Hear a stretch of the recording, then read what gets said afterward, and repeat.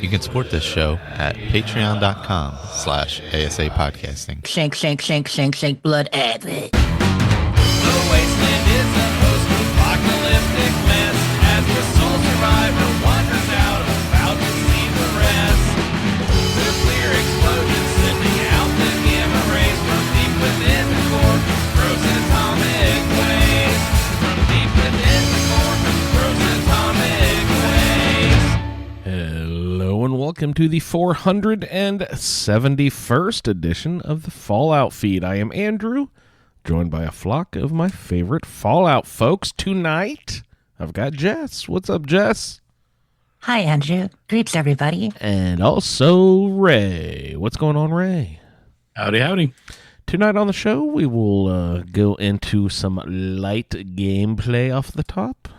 And I've brought another Fallout Terminal Velocity from Radioactive Rebecca, checking with Diamond City Terminal number 2. Also got some game time. I've prepared a little bit of a game here we're calling Fallout TV Family Tree, but I'm not really sure if that's an accurate or apt name.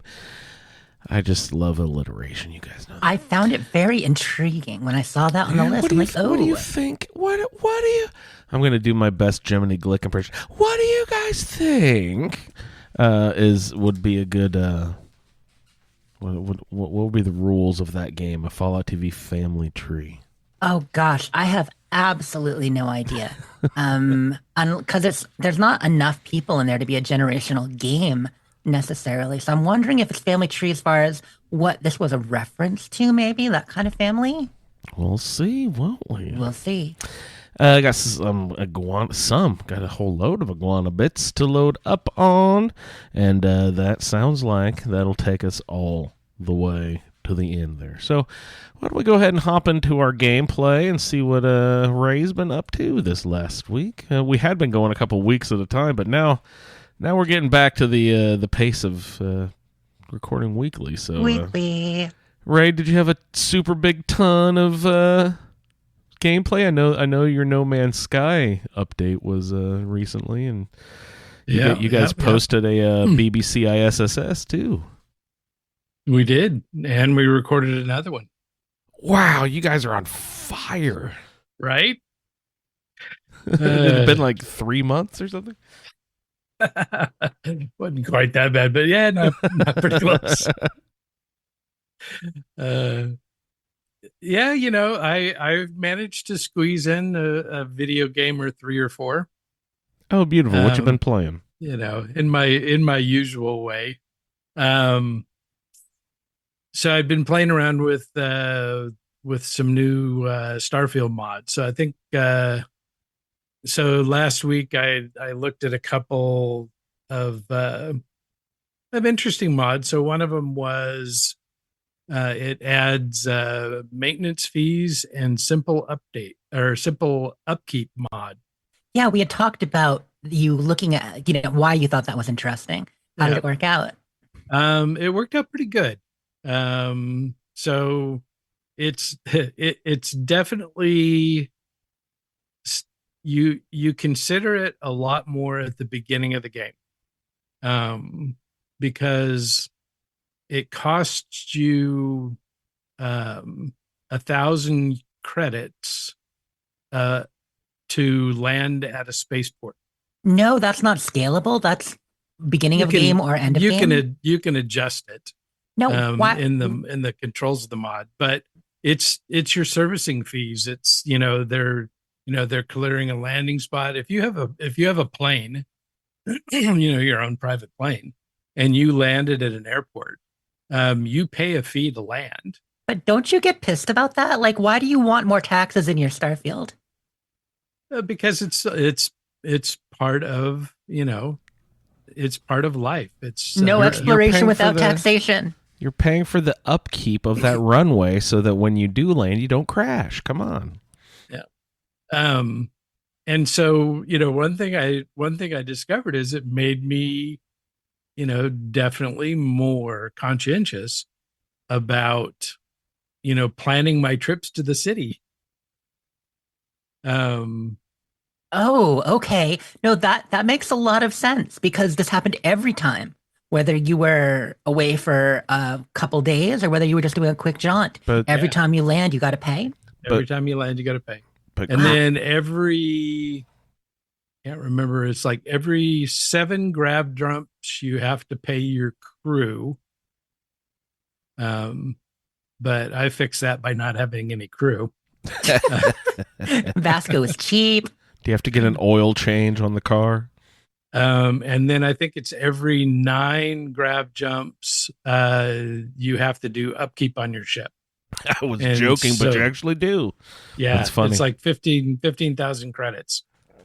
But aren't you know, credits like, super easy to get? Don't you get like 100,000 credits for waking up in the morning, sort of thing?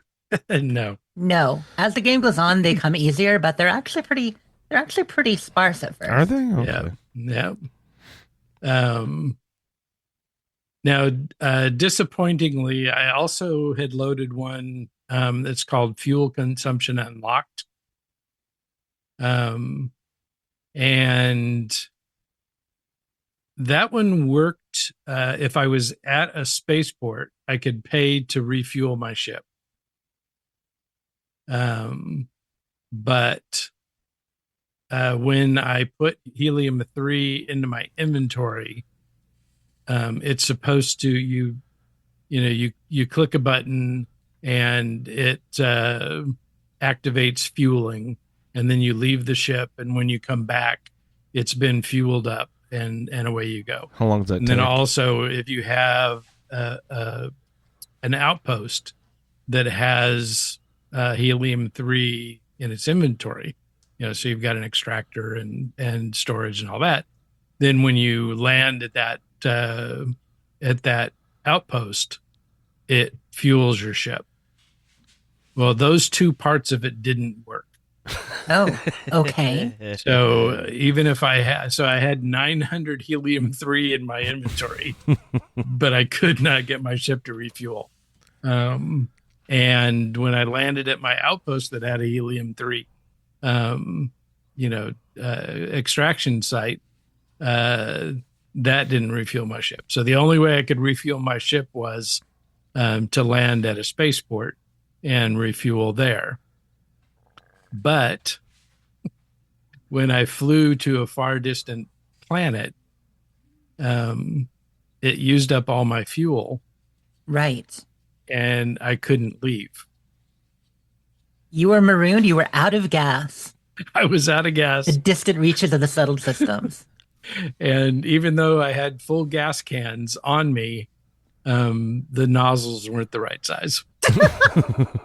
Yeah, that's a great explanation. Oh, that's annoying. So your mod to complicate things overcomplicated things. Yeah. Was So this all I in one or disabled 2 that separate? one. No, there was Mhm. 2 separate mods. Okay.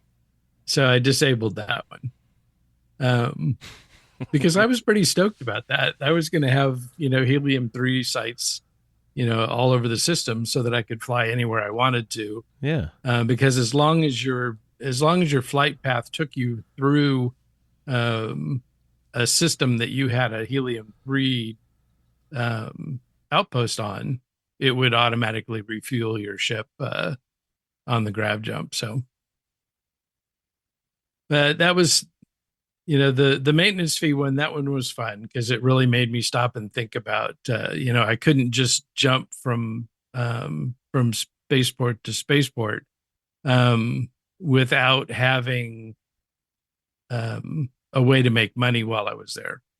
That actually makes good sense. I could totally see how you can justify that one. The fuel, yeah, not as much. That's one of those unfun things, like carry weight limits, which we put up with because of the games we play. But my goodness, Yeah. So I've got a mod that I run called Useful Brigs, Mhm. and so I've got a little armory on my ship. So I've got 2 beds. So I can have 2 bad guys locked up. So every time I land at a spaceport, I can collect a 2,400 credit bounty Get from the the local bounties. guards. Can to you cover my fuel costs. can you just imprison people for fun? Like, okay. Yes. Can you be like, I don't like the way you looked at me. My friend doesn't either, and like just throw him in the brig? Yeah. So you disable them with a Nova Blaster, or any other EM weapon. And then Would you get a bounty? depends on where you do it. Okay, right. Fair. But you're not killing them. So there's not actually a bounty. If you do it,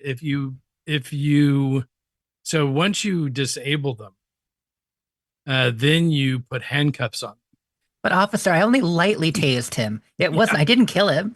Right. And so, but the thing is if you incarcerate, just general people, then it limits who you can sell them to. So then you have to sell them to, nefarious characters. So I just stick to spacers, ecliptic, pirates, As you Varans, and just then that way I can sell them to any city guard. So you've had the useful Briggs mod forever. Like that's been a part of your base. But Well, the new ones were no, the so fuel and the Functional Briggs Oh, was the one that I used to run, okay. but I changed that up for useful Briggs. So functional versus useful. Yes. One is like it does a thing. The other one it does a thing for a reason. Yeah. Okay. But you've always got to make sure that you have handcuffs on you, because if you don't have handcuffs, then you can't bind them, and then if you can't bind them, you can't send them to your brig. So So what other extra mods have you added to the game? Because I know you were doing a few. so that was about it. And so my Starfield's getting a little fussy. Ooh. So I think I'm gonna have to go through and clean some stuff up. I've been having some crashing problems at very inconvenient times. So I ended up taking a break. I had a few crashes on Monday, got a little frustrated, and said, okay, fine. I'm going to play Cyberpunk. Nice. You wanted to. I mean, you I started did. it last week a bit. Yeah.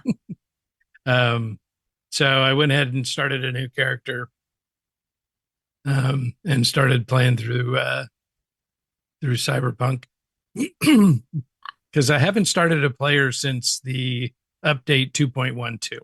Yeah, I was going to say, did you ever even finish the DLC that came out last September? You didn't, right? No, I haven't. Right. You haven't. Okay. Yeah. So, and so I played Cyberpunk for a day, and then the No Man's Sky expedition dropped. So I stopped playing Cyberpunk and started playing No Man's Sky.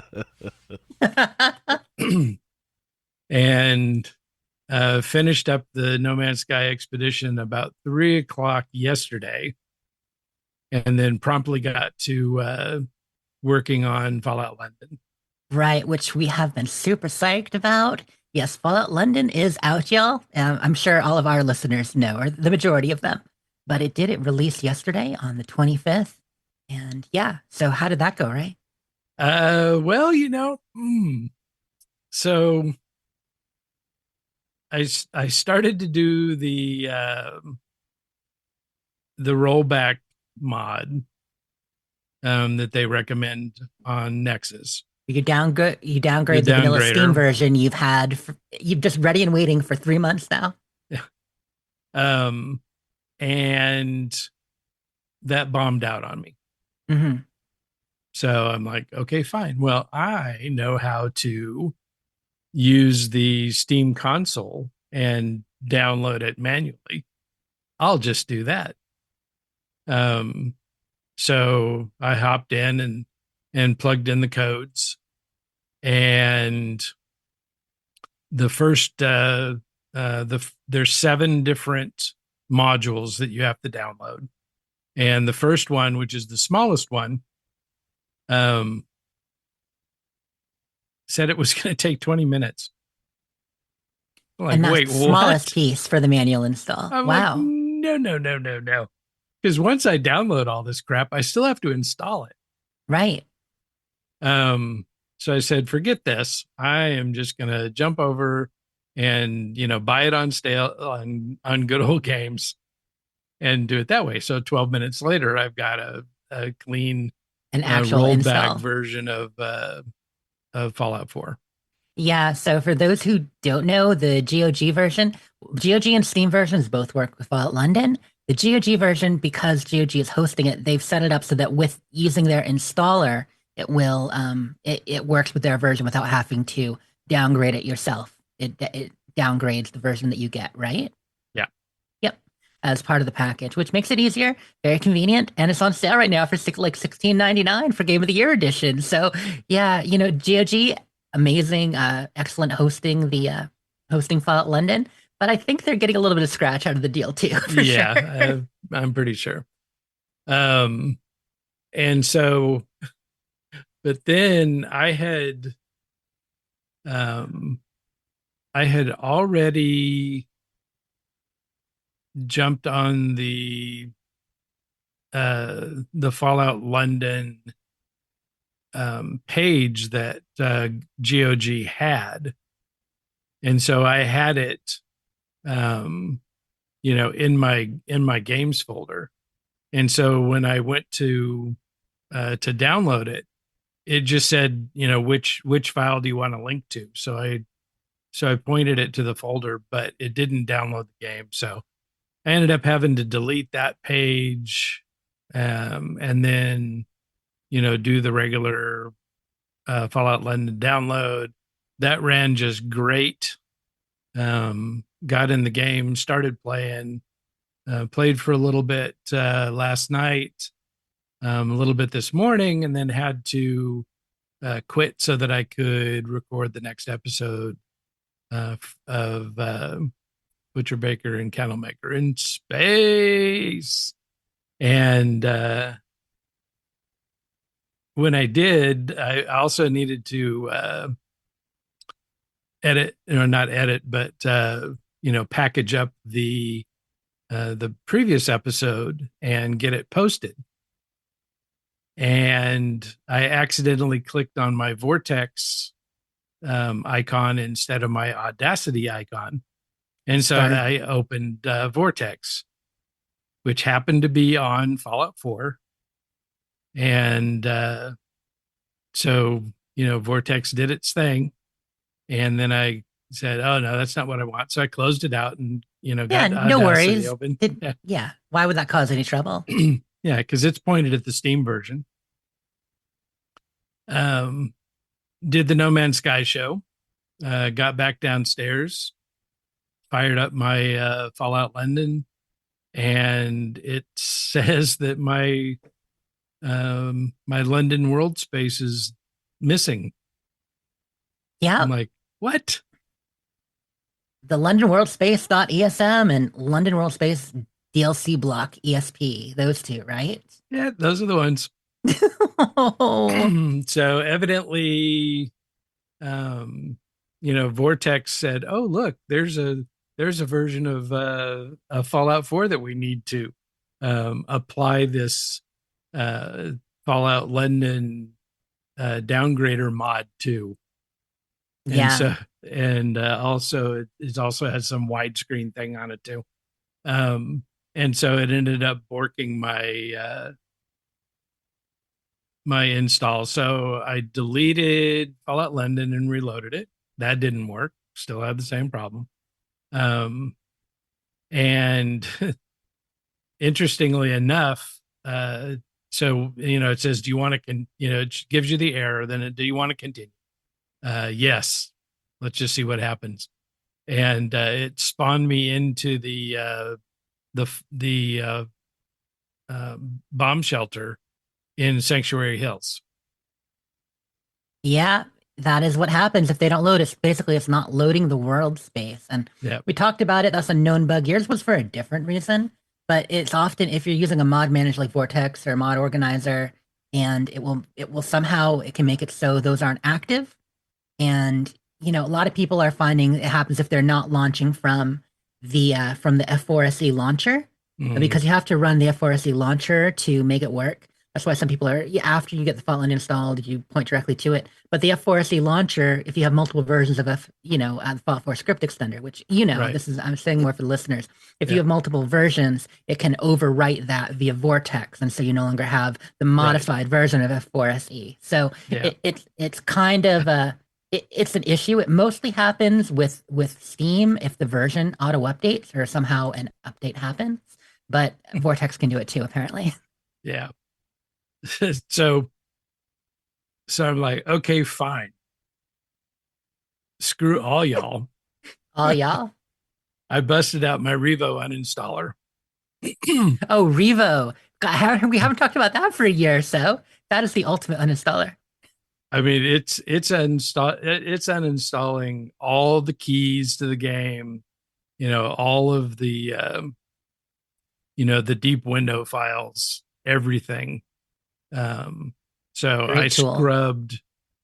I scrubbed all my Fallout 4 installs, all my game save files, which weren't very much, and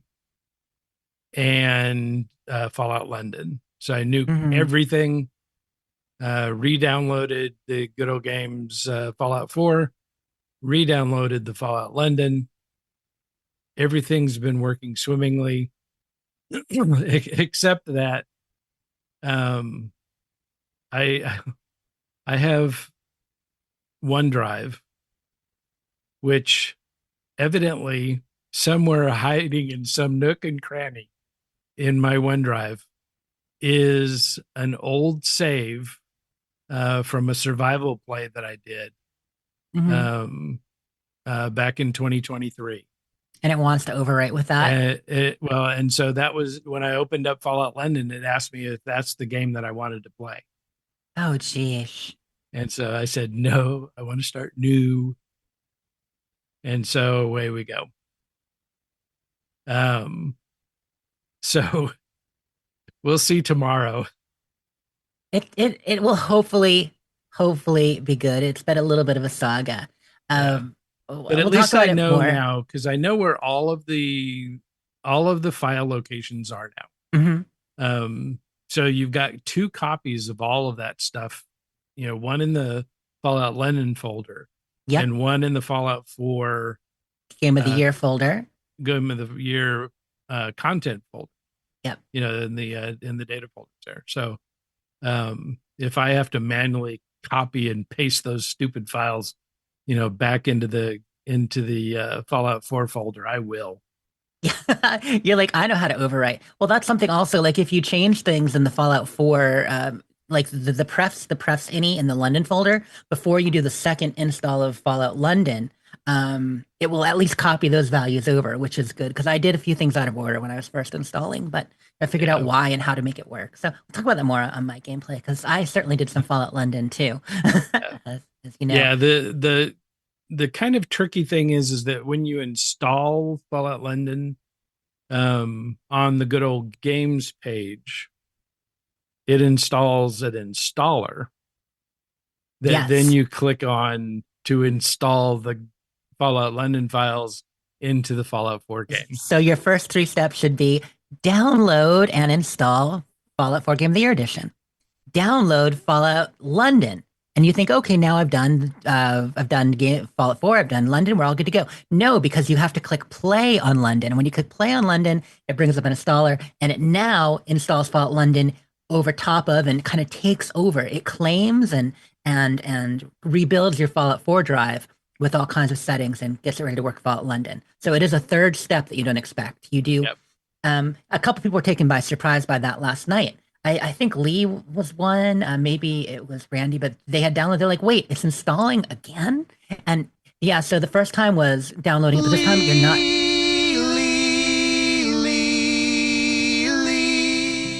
downloading again. You're just installing and rewriting your files and prefs and all that fun stuff. But yeah, 3 steps to it. And yeah, it was Randy, I think. Yeah. It was fun. We were all working on it late last night. I got home from work around 10 p.m. And by the time I got to working on my Outland, it was around 11:30 p.m. my time. And so Randy and I we were doing it late. A lot of the rest of you had been doing it all afternoon and evening and walking through and talking through. It was a fun shared project. It's great to have so many of our peeps in the ASA Yeah. podcasting Discord. Like we're all trying to play it with varying levels of success.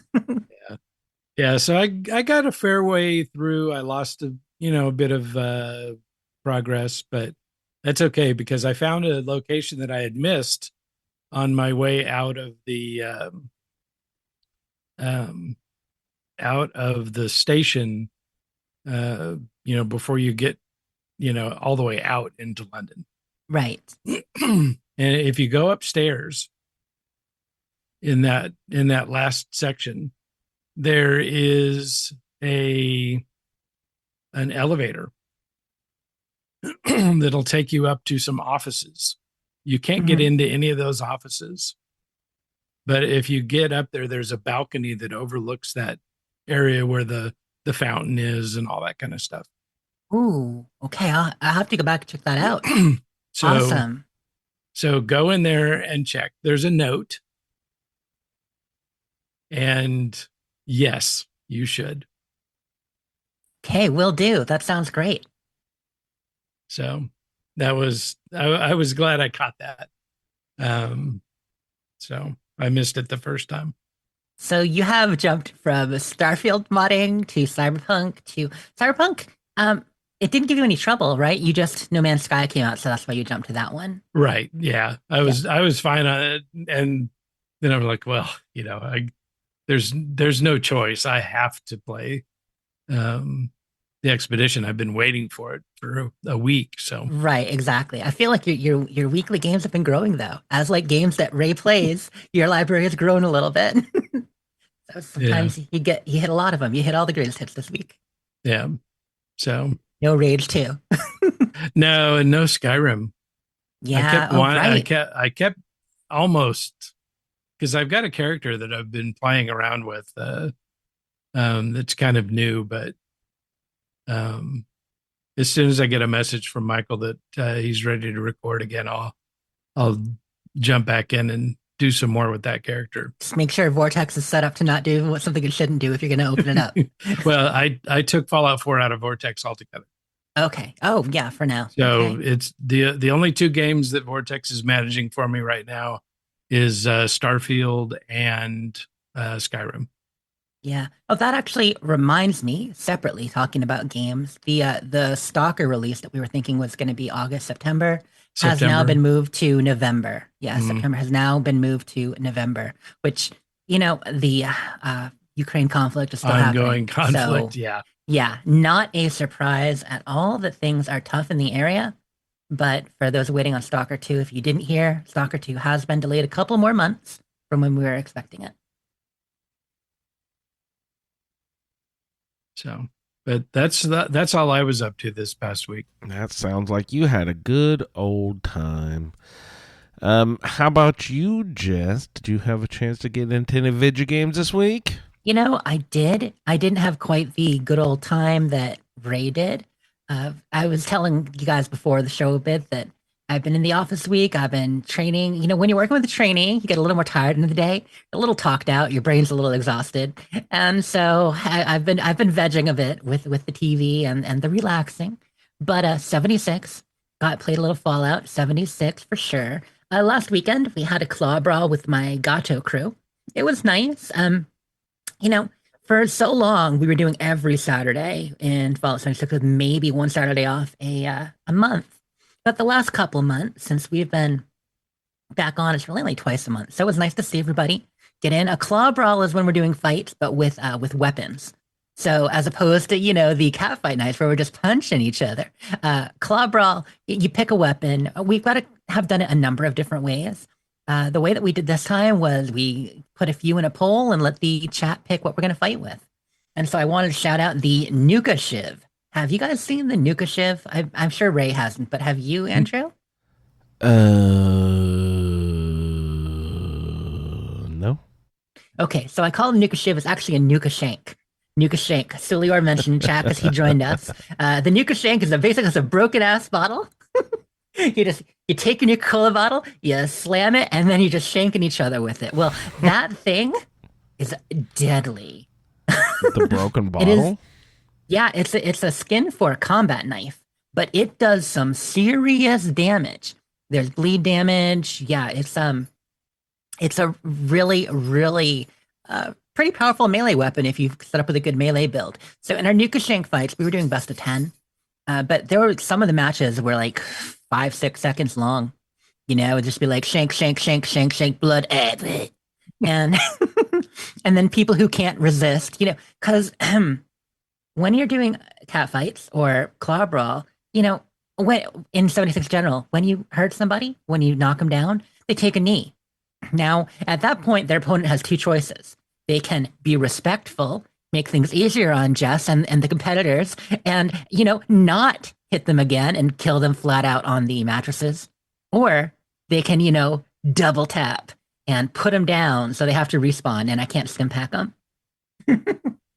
And then with the Nuka Shank, there was a whole lot of everybody just putting each other down. I kept jumping in the ring to stim pack them because I do that. It keeps the fights going and stuff like that. I get in there, stim pack, make sure everybody has their chems and stuff. And I'm not just the referee; I'm the dealer too. But this time, no, they were all shanking each other right into the ground. Those mattresses were bloody, bloody, bloody. Anyway, I just want to shout out to the Nuka Shank. We also played with, you know, the good old classics, the shovel. The shovel is a classic because it doesn't do a ton of damage, and you get that excellent like thwonk, clank, thunk when you're fighting each other, which is hilarious. You know, I always love in movies when like a broken glass bottle is used as a weapon. You see it all the time in movies, and I've never actually like, seen let's it in real go. life. Yeah. Well, yeah, I mean, and let's think about it. I mean, real life probably not the best weapon. I mean, you go to smack it, you can fight somebody with it. What's to say the neck of the bottle wouldn't break most of the time too in your hand? So now your hand's bleeding with the glass you're trying to hold on to. Yeah. Right. I mean, I'm sure maybe our bar fight professionals know a way to do it safely. Yeah, there's a certain spot on the edge of the bar where you hit it that breaks it perfectly. It's like when you tap the Heinz bottle in a specific spot to get the ketchup. It's just like that, except, you know, deadly. Yeah. And then you got to make sure you grab the right kind of bottle. You know, it's got to be a little thicker glass. You went with Coors, but Bud Light breaks way cleaner. Absolutely. And Rolling Rock is right out. That just crumple. It just shatters right to dust. And then you laugh at the guy that picks up the Mickey's Big Mouth. So besides the shovels, we had a couple different things on the list. We didn't end up doing chainsaws. I don't think we did auto axes. I'm not sure what the third weapon was, but you know, we mix it up. It's a good time. Chainsaws really aren't fair because if you know what you're doing with a chainsaw, you can pre-rev it. You can be ready to go. You just get it going at full damage with rev, and you just lean into somebody just like a tap, and they melt. It's nice bread and butter, except death. So that was 76 Claw Brawl. It was a good time. Great to be back doing that. That's fun. Mm-hmm. And beyond that, in 76, a couple of other anecdotes too. So one of the fun things that happened during cat fights or during claw brawls or whatever, sometimes you get random encounters that just happen. And one of my favorite is like when the insult bot shows up. That's happened twice. And oddly, the last time it was insult bot insulted me. It was quite the scene. But this time, the observant Radstag wanted to be a competitor. So we're here getting ready to fight, and we got people in their corners. We got the stag corner and the kitty corner, so named because we used the mounting cat head and the mounted antlers. And the observant Radstag popped into the stag corner right on top of our competitor, like big old white butt in his face. They ended up killing him. So for the rest of the next several rounds, there was just a big old dead Radstag in the corner, like right where we are sitting. Yes, Leora just shared a picture in the chat right now. That it was a little messy, but it was kind of hilarious. Like somebody took a trophy. Exactly. Like, observe this. His head's gone. Mm-hmm. Yeah, the head was actually, it bounced out and off to the side. because of the way the physics work in 76.2, a lot of the physics are client side. So where the body moves when things are dead is different on every screen. So on mine, it was in that position. On some people's, it was out of the ring. On others, it was, just kind of on the ground. Very odd, confusing. Everyone's seeing something different. So that was good. So I also, besides that, worked on the scoreboard a bit, like I said I would. I wasn't as super effective as planned. I had this plan. I'm going to pop a booster Monday night. Like I said last week, I'll get those double weeklies and then I'll double dip, do the double weeklies again. It'll be awesome. I didn't. I was too tired Monday. I did not get into 76 at all, but I did. It was either Tuesday or Wednesday night. I hopped in and I did all the weeklies. Now, this is after the update. There was an update on Tuesday as well. And yeah, so I got in and I did all the weeklies. I am currently 78 on the scoreboard. So I've gained another 10 or 11 levels from 2 weeks ago, or last time we talked about it. So the end is near. It's not going to be an issue. I'm going to hit 100, no problem. Plenty of tickets to spare too.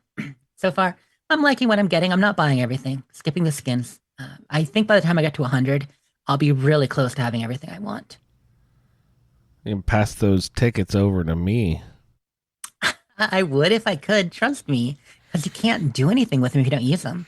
Yeah, they don't roll over. It is nice that if you get to 150, which some people think of as the new end of the scoreboard, which I pity the fool because I don't want to do an extra 50 after I've hit 100. No. But if you do get to 150, that unlocks the final, the repeatable consumable board, and you can get atoms there now. So that is pretty sweet. 250 for 200 atoms. I mean, not a bad deal. That's what, 10 levels per 200 atoms?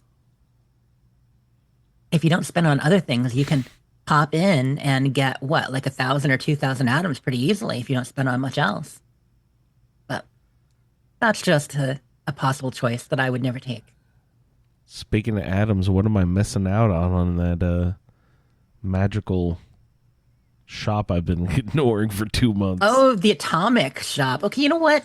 Let's I don't even have it in the bits this week, so let me tell you what we have. We have the Fortress bundle came out this week, Andrew. Ooh. Yeah, I did. Fun. I probably should have put this in the shop because it's got something really special. You don't got to do anything official. I was just curious what the cool things were recently. So Fort Fortress is cool ass because it's based on like Prickett's Fort. It's based on the idea of being able to do that kind of rundown woodside log fort, but it has stairs that go all the way up within one square. So you know how we don't have any spiral stairs or crooked stairs. These are L-shaped stairs that you can put and go up one level, so the entire stair is in one space. Nice. Much more convenient. Yeah. I mean, still not perfect because they're a little bit ugly. They're made for outdoors, but they work. And there's a cool walkway with it too. The whole kit is decent. A little pricey, I believe. It's about $1,800 for the full bundle. Have you built but with if you it? Pardon? Have you built with it yet? Yes. Yeah, I played with it a little bit on Tuesday or Wednesday night when I was in. Nice. I was actually playing mostly in custom though that night because it's quicker to get a lot of your challenges done that way. Mm-hmm. I did the thing where I did actually, put a little effort in to reroll some epics, reroll to get some epics. So I had like 3 or 4 epics on my list, which is worth it. I'm getting low on rerollers and I'm only like 20 some rerollers now, but that's fine. It's as a way to get score quicker, it's been a pretty good strategy. Yeah. So that worked, but there have been some bugs with the updates. I'll get into that more in Iguana bits, but let's just say, I'll talk about it now. They're map bugs. So anyone who's played on a regular public world since Tuesday, many of them have found whenever you open the map, it doesn't center on you like it normally does. Uh-oh. No, the map you're opening up and you're going zooming over to the upper left-hand corner. Kind of like when nukes first launch, how they start in the upper left-hand corner. It's like that. That's very odd. Yeah, so you have to kind of scroll back and find yourself. So that the map is behaving oddly. It's been doing that for the majority of people, from what I understand. But only on regular public servers. It's not happening on custom. And I don't think it's happening on private. Beyond that, other things it's doing, it's not showing you a lot of the other players on the map. You can't see everybody like normal to, see where they are, join team. And it's hiding a lot of the text. So this isn't 100%, but you know how you get your challenges up in the right, and you can pin your dailies and stuff to do, Yeah. and then on the left you've got your camp. It's Uh-huh. basically, it's almost like the map is popping over top of everything it's supposed to be behind, because Oh, your active quest. Okay. yep. So you can't see your quest up there. You can't see the challenges you pin. You can't see your current scoreboard rank. How about Only on the like map. actually It's fine in on? It's fine in the game, so you can see the quest markers and stuff. But Yeah, everything's Okay. fine in the normal game. It's just when you pull up the map screen where we do a lot of stuff from, it's not visible there. So, and yeah, like they're saying, can't see other players. So I feel like, normally they have the map and then all these things over top of it. And instead they're putting the map over top of the things. I mean, I'm sure there's a technically much more in-depth Yeah, actual explanation, but that's what it looks like. good So night, that- nurse. Isn't happening. So if you're having that issue, that's not happening on custom, and I think it's not happening on private as well. But I only play it on custom since the update on Tuesday. So yeah, we got some issues there. Challenge and score bugs. It's a bit of a pain, like it often is. But there were some good things with the update that I will talk about in a little bit. So that was my deal. Fallout 76. Besides 76, I played a few small games. Like I said, it's been kind of a tired week. So gotten home and I played like half an hour of Little Kitty Big City. Got my daily achievement, that sort of thing. I'm enjoying it. It's a fun little game. Gotta have one of those. Little Kitty Big City. Yeah, Mo and I had a lot of fun with that game. Yeah, definitely. I mentioned last week it was my achievement game, and it's kind of kept up this week. Good. Yeah. Yeah, I didn't play any Crash Team Racing though. I just didn't get to it. And then of course Fallout London. So I've been super excited about that. And it did release yesterday, which, in the lead up, I was getting super hyped. I was trying to spread the word, keep the hype going. I knew it was coming out on Thursday, or supposed to, but delays happen. So you never know what's going to change, if anything. And it did. So for those who didn't see, there was a fun countdown over the course of the past week, counting down to it, where, subtle, or they're like an NPC holding up a hand, and but there are 5 fingers on the hand, so that was the 5. And then they did holding up 3, and then, we did a 2, and then on 1 was the actual day of release. But they posted on Wednesday, the day before, too, they posted the video for their song, because Fallout London also has its own soundtrack, it has its own radio. And there's been a lot of custom songs done for it, or cover versions of songs. And I believe the song is Can't Wait Till Tomorrow. What was it there? Hold on. I'm just double checking the name of the song. Yes, Just Can't Wait for Tomorrow was the name of the song. And that's when most people realized, wait, okay, it's probably coming out tomorrow. But it still could have been an announcement. People weren't sure. But yes, it was the actual game. So I was at work because, right, like I said, this week I'm working a lot, not getting home till 10 at night or so, and seeing people going through and talking about the different technical troubleshooting. And I got a number of tips from them ahead, and I've been in the solutions channel and getting ready for the rollout. So when I got home, I'm like, okay, I'm going to implement all this, but it really is a process for a couple of reasons.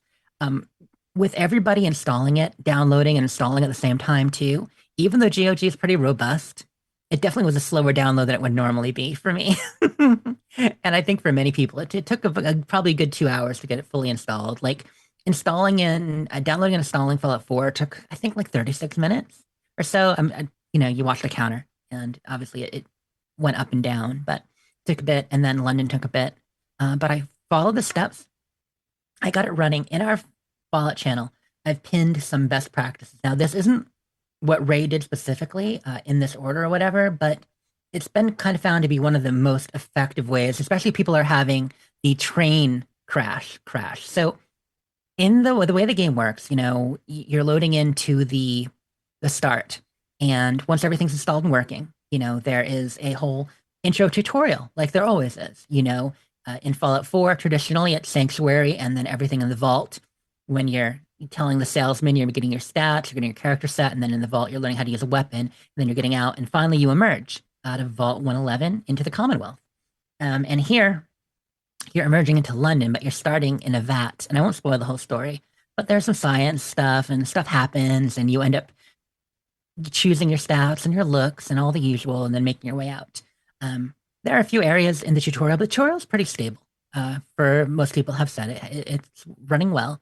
But at the end, when you take a train ride out to London, a lot of people are crashing around that, either just before, during, or it won't load after. So if you're having that problem, there are a few recommendations, and they're working on a fix, of course. There are any number of things throughout the game, but just like when Bethesda does a big release, when the games are released into the wild, everybody's different configurations and stuff, some things should seem to be more common than they were expected to be. And yeah, so they're working around the clock. In fact, I don't think most of the people listening probably are in the Fallout London Discord, but it's there to join. You can get to it from their page and from their YouTube. And if you are, there is even actually a help channel. They've got a channel for solutions for common issues. They've got a channel for, let me just pull that up real quick. They've got a channel for quest issues, for new game crashes, for the train crash I was talking about, just general questions, doing a lot of tech support. But beyond that, they have been, since release yesterday, running a live tech support chat room. So these devs working their ass off. What it is, they've got a troubleshooting room. They've got people from the dev team jumping in to try to help with a list of common fixes and ready to work with you. Then they've got 2 waiting rooms. They've got a troubleshooting room, a waiting room, and right now they've got 2 troubleshooting rooms. Oh my gosh. So Dansky and Debugs. Dansky is the head of media, did all the soundtracks, stuff like that. And then 2 of the devs and the writer, they're in 2 different rooms now helping people. So yeah, they have opened a second lane at the checkout counter, people, for troubleshooting. So if you need live help, they're trying for people. But they've been good and helped me all along about this. Anyway, so I was saying, here's the basic process that I used, which is similar to what Ray is talking about, but I'll just give you the exact steps that I found helpful.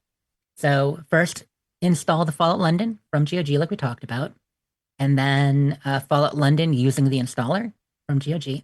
Then click play on Fallout London to finish the install, and it will then take over your Fallout 4 install. So that's kind of 3 steps. Install 1, install 2, and then complete the install on Fallout London. Now, an optional thing that are helping people who are having crashing around the train a lot, helping people get past that, but also kind of helping memory optimization and crashes in other parts of the game, is installing Buffout 4. Okay, Buffout 4 is one of those kind of just little tweaks to the game that some people do to help mod the memory and stuff, which they do have a built-in thing. I'll mention in a bit. But so to install that, you have to install the plugin preloader for Fallout 4, which is a requirement for Buffout 4, and then install Buffout 4. Best to do it manually, not via Vortex or Mod Manager, although some people have, and it works fine for them.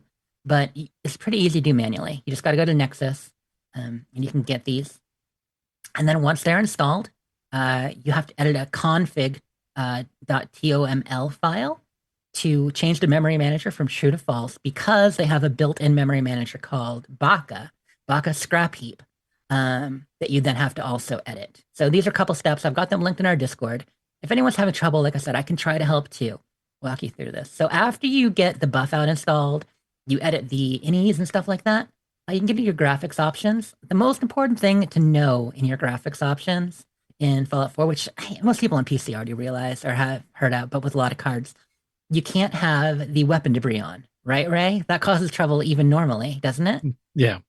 Yeah, and with this mod, very much so. So turn your weapon debris off, set your texture quality, shadow quality, all that stuff. Don't really go above high. You don't need to go to ultra. You cannot and should not install the high resolution texture pack. Okay. Most people, when they're playing Fallout 4 these days, because it's the high res texture pack, it's just everybody uses it. And then they put better mod textures over top. But that's a baseline for most people. Don't do that. It will mess up some textures. It will mismatch textures. And worst case scenario, it will cause more crashing itself too. I've been told, because of some slight name differences and stuff. So don't use the high res texture pack if you can help it. Beyond that, it's pretty normal otherwise. And of course, in order to set, there are no actual display controls within the launcher for Fallout London. Once you're in, there's the usual ones where, your sound, your display, but you're not going to change your resolution there. You're not going to change your anisotropic filtering and stuff like that. So you do that using the Fallout 4 launcher. You double click that, you set those ahead, and then you just leave those. Set them ahead, get that ready to go, and then go into the game. There's a little more to it, but long story short, I worked through all that over the course of the night last night. I got it running well, but I have only made it through the tutorial. I haven't really gotten to explore London yet myself, because after I got everything working and running, and I even did all this preventive stuff ahead to make sure it was going to be good, because I hadn't had crashes yet, but I didn't know, and I want ounce of prevention, right? When people are saying this is your best thing to do. The game starts with a character creator. We know how I am with those, and even though I've done the Fallout 4 character creator 100 times, and there aren't as many mods in this, I spent probably an hour and a half on my character. I couldn't help it. I mean, I tried to do it an hour, but then I got to the hairstyles. I was on a roll. I'm like, oh, these cheekbones are cute. The chin's not bad. Ray, the hair options in London. Please, did you flip through them, or did you not really flip through them? The hairstyle I wanted was 4 down from where you start. So it was same as I always. got. Oh my gosh, guys, they add so much more. So it might change the available hairs depending upon whether you choose male or female body. But the girls' hairstyles, they finally did it. It finally has enough hairstyles in the base game, or base mod in this case. It has all the usual Fallout 4 ones, and it adds probably, I don't know, like 8 to 12 extra, but it remixes them all. So you know how, like, my favorite hairstyle I do is Unscrupulous. It's kind of my default in 76 and in 4. Okay, I'm a different character, different things, but I love Unscrupulous. But now it will mix it, so you can do Unscrupulous Chem Girl, Unscrupulous Unladylike. And it takes 2 different hairstyles and merges them together. So, like, if you do like the fairy tales, and that's the little pigtail thing. Like, I don't like that hairstyle. Sorry, some people do. I don't love it. But you can get a version with bangs now, because it will merge it with another hairstyle. You can do like summa cum laude, which is the really nice swept back over your ears hair. And then you can merge it with another hairstyle, so you get like bangs, or you get like some frizz on the side. And yeah, so mixing and matching hairstyles, there's probably 80 to choose from. And I was in heaven, but it also was a pain. So it's a great. The character creator is same as normal, but the extra hairstyles are excellent. And everything worked pretty well. And the intro, so the game's running like a dream for me so far. The mod's running like a dream. It is recommended to stick to 1080p as well. Obviously, you don't have to if you've got a stronger card. So on mine, I have a 4060 Ti now. I should be able to run 1440 no problem. But like previously I had a 3060, and even on a regular 4060, not Ti, I've been told 1080 is better. So if you've got a better card than that, if you got a 3070 or higher, or 4060 Ti or higher, you'll probably find her in 1440p if you want, or something more. But there's a lot going on in this game. There's a lot of scripting. There's a lot of detail. Think of it as downtown Boston in a lot of places, and they're not using the highest resolution textures. They're not, they're making sacrifices to make it work, for what I've heard. But so it looks great to me so far, but I'm not actually out there. And once I get deeper into London, we'll see if I start crashing too often, because while a lot of people are able to play, and many have even gotten past the train crash at this point, I'm hearing from some people 4 or 5 hours in, they're like, I'm crashing every 10, 15 minutes. I got to quick save a lot, and that's no fun. We don't want it to be like that. So hopefully Buffout 4 helps you if you try it, and hopefully they are working on patching every little thing that can crash. The game itself has just been great so far. I love the soundtrack. I love the intro video. It's like 4 times longer than a regular Fallout intro video. Factions, there are so many factions in this game, but there are 7 major factions, I think, that you can join. So yeah, we're basically doubling a regular Fallout, and then there's a good 20 factions altogether. Can you tell me more about the intro video? Like, what is is it spoilerific if you tell me sort of like the premise of? No, because you won't have a whole lot of context. So there's 2. I'm talking about the main menu intro. You know how that usually tends to be like scenes and panoramas. Mm-hmm. So it's got that going on, but it also comes across in different factions fighting and like a few major moments from the game, but they're not spoiler because you have no context. You see a building blowing up, you're like, oh, why? What's going on? But you don't really know. So it's got some cool scenes without telling you actual spoilers. Is there an old grizzled British voice saying "War never changes"? Oh, yeah, oh yes. Yes. Oh, it's better than that. Yes, it's a very, guy in a corner pub, gruff talking, telling you about what happened in the UK post-war and what all these different factions are doing, who's up to what and what they're fighting. But he ends up, one thing is true, and war never changes is in there. It's really They well have done. to, right? That's the Protect and Survive family too. I mean, it's a complete conversion. We've talked about that before. So instead of Vault Boy, they focus on the Protect and Survive family. So they've got all the animations for every stat, and we can get into that deeper as we play it more and have more experience with it. But I did find a couple of Vault-Tec containers. Oh, Nice. really? Yep. Cool. I mean, see, and that's the thing that while Vault-Tec might not be local, there's some stuff imported. Like, I don't know if they're going to find any power armor, but I think other factions may have power armor, or you might see power armor in the game, but you probably won't be able to play with power armor yourself because it wasn't common over there. Things like that. There'll be changes, but the Protect and Survive family is very cool, and it's based on a real thing. There were nuclear war things, just like we had the videos about, how to prepare for the apocalypse if there was an event of nuclear stuff and hiding in the desk and all that stuff. The Protect and Survive family was how they actually taught it over in the UK with any number of warning videos and such. So a lot of real life things in there. I'm excited. And of course, I want to give a big shout out and thanks to a lot of people in Discord, people playing and who've been sending me stuff. So my name's on a terminal in the game pretty early on, which is cool. And, I'm in there as a supporter and stuff, but there is an NPC me in the game too. So if you see a picture, if you see me in the game and actually get a picture with me in the game and, send it to me over on Twitter or in our Discord or drop it in the Facebook group of you with Jessica Starr or just Jessica Starr in Fallout London, unique picture. I don't want you taking other people's. While supplies last, I'll send you some kind of prize. I have a couple ideas what I want to do. But yeah, if you're interested in doing that, please do. Or just say, hey, I found you and that's awesome too, and I'll retweet it. But if you want a prize, I think I should. Maybe I'll make Andrew send you a shirt. But Super fun. other things. Yeah. So I'm psyched. I can't wait to play more. I'm thinking, and this is a bad idea, but I'm like, well, I have my old PC still.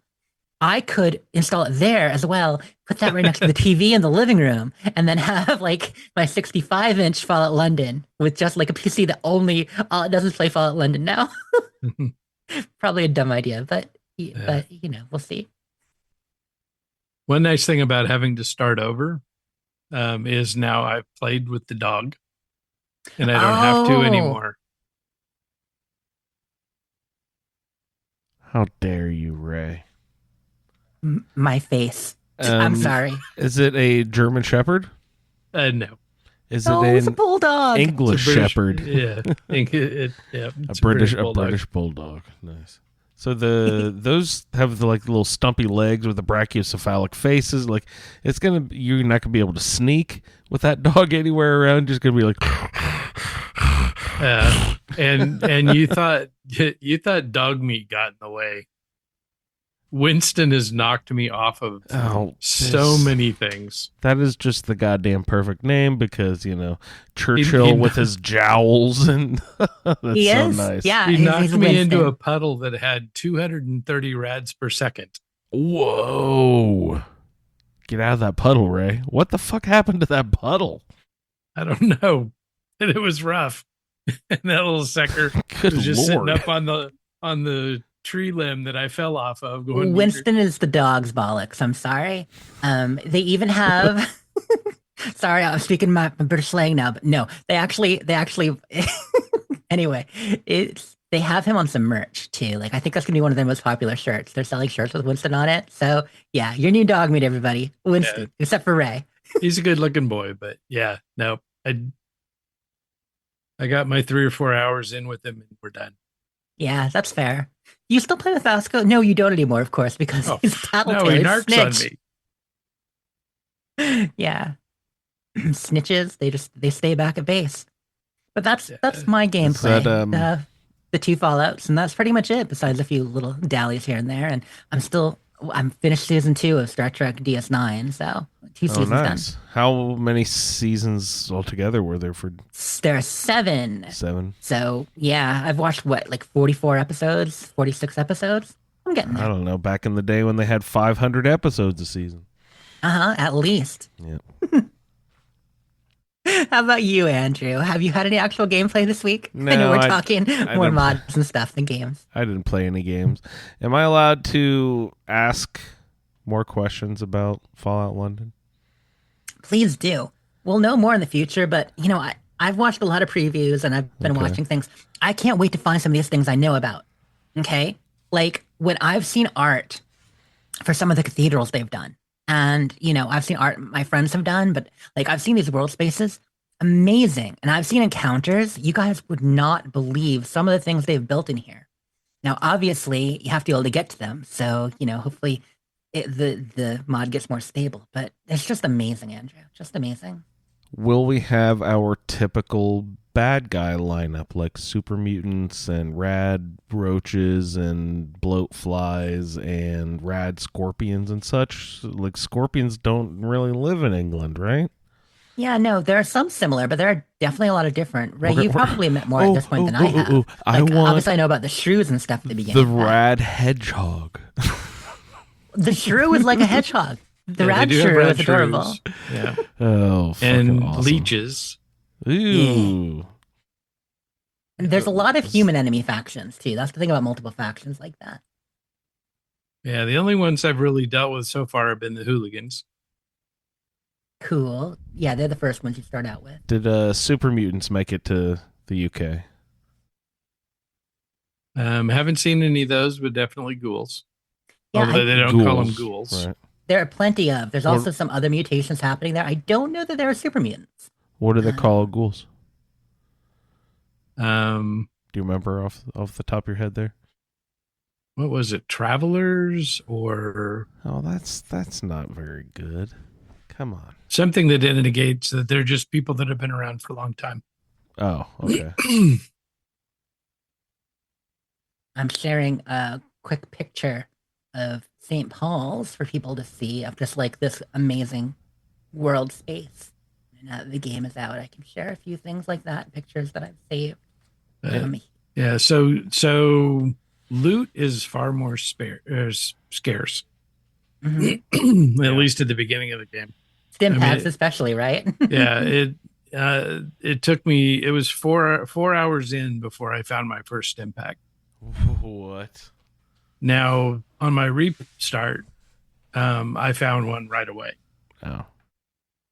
So it's just a random chance, but Normal Yeah. Fallout difficulty structure, very easy to very hard.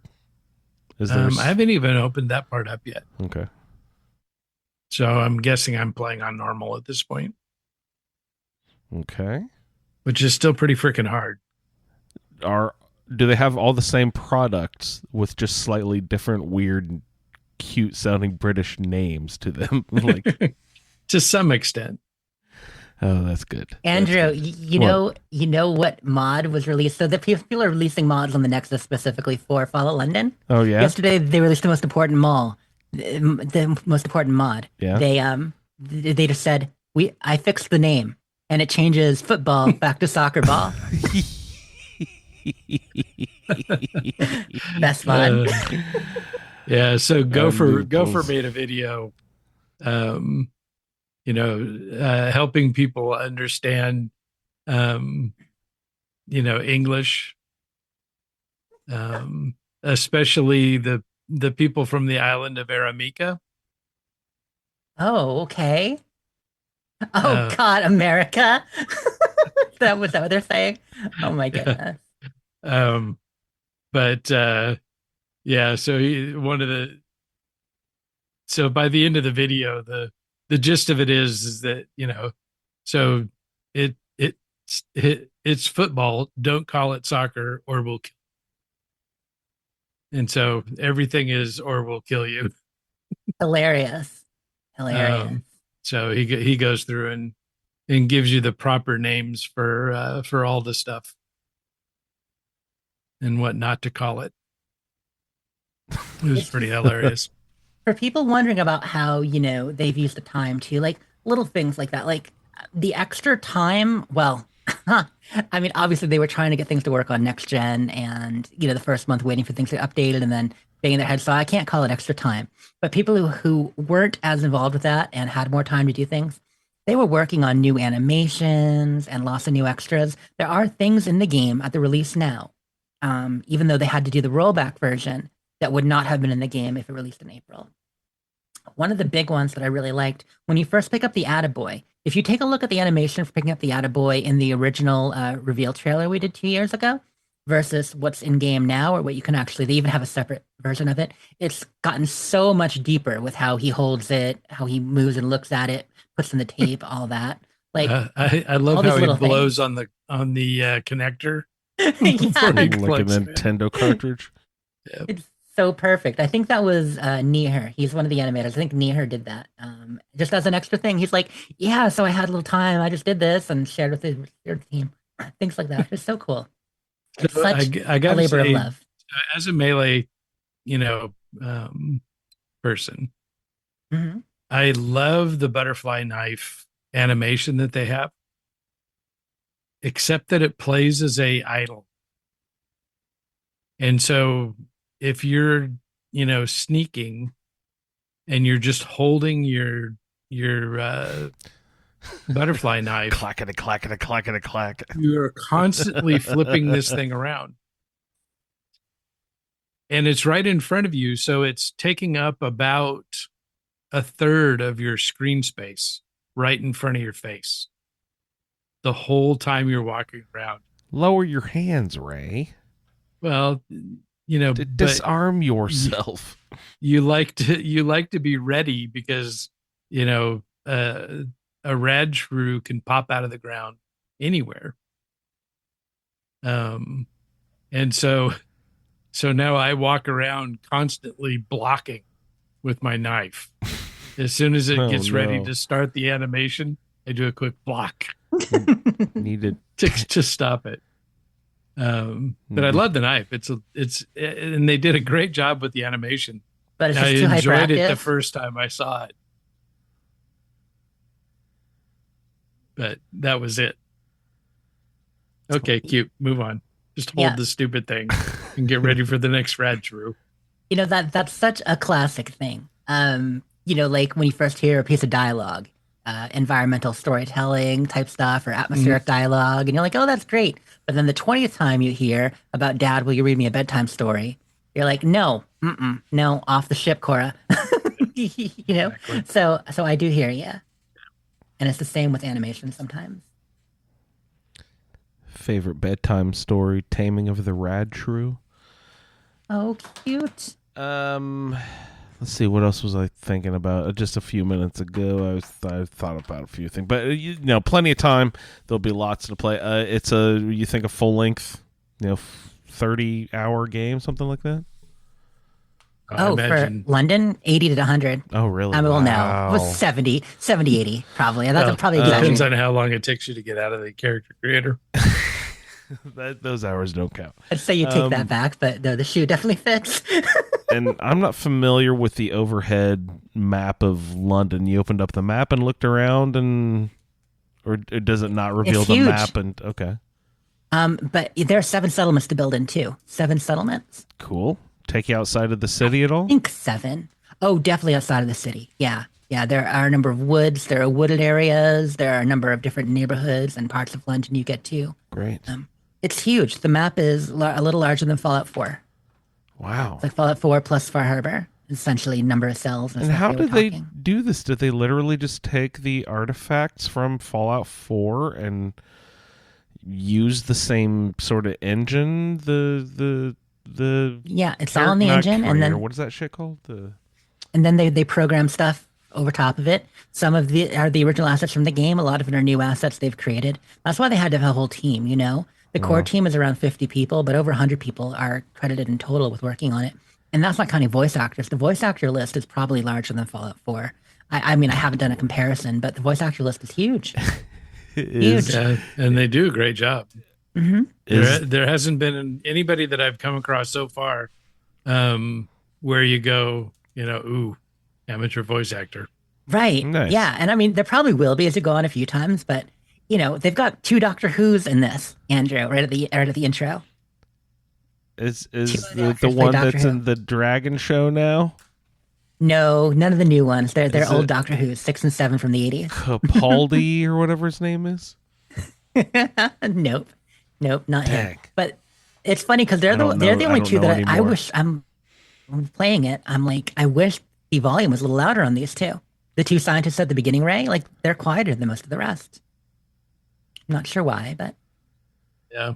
And they don't have all that many lines. So no, they don't. I thought it'd be more, but you can listen to them and loot their stuff. So And you don't. those are 2 key parts. You didn't think there's gonna be much like power armor? What about like Yeah. What about like miniguns? Last I knew, there wasn't much power. Oh, yeah, there'll be different ones too, right? Probably Tommy guns and various things. But there's lots of new guns. there's Yeah. that sort of like standard classic Fallout stuff, like the power armor, the minigun, the Fat Man, that sort of stuff. Did that make it? But that was sort of like, American Army That's all that proprietary Aramekan stuff. The UK Army didn't create that stuff, so unless we sold it to, which we totally could have because they were generally allies. But I don't know. In that There are definitely reality? some imports, but there's a lot of local brands too. Not only that, they repurpose Okay. things. So they're bringing it is in this world of Fallout, but it's not the American Fallout game. It really Okay. isn't. It's Fallout London. One of the common store chains there is Fesco's, which is Nice. based after Tesco's, which are a very popular chain there. But they've got Fesco's. That's great. It's the soda wars there. So you know how we have Nuka Cola and Sunset Sarsaparilla? Mm-hmm. They've got Ion Brew, named after like Iron Brew from After Scotland. But, Iron Brew, nice. yeah, but it's Ion like the Ion. Like I get it. I get it. yeah. So there's a lot of that classic Fallout play on words, but in a very British way, and it's all over. Ray, you mentioned a highly radioactive puddle. Was the radiation in London due to a bomb like dropped directly on the city, or some other? There's a lot of barrels around. Okay. So So- and it might Fallout- be kind of like the glowing sea. The glowing sea continues to be so radioactive because yeah. there was a nuclear power plant there that Yeah. got hit. Yeah, I actually heard someone on a podcast talking about that. How your enemy's nuclear sites are your top target because it makes them extra nuclear when you hit, because it blows up the already stuff that's already it's there. like why we shoot Yeah. cars in games to be extra effective, Right, because right. they blow up too. Yeah, and the intro video talks a lot about how the Fallout contaminated thing and continues. The actual radioactive Fallout continues to contaminate things.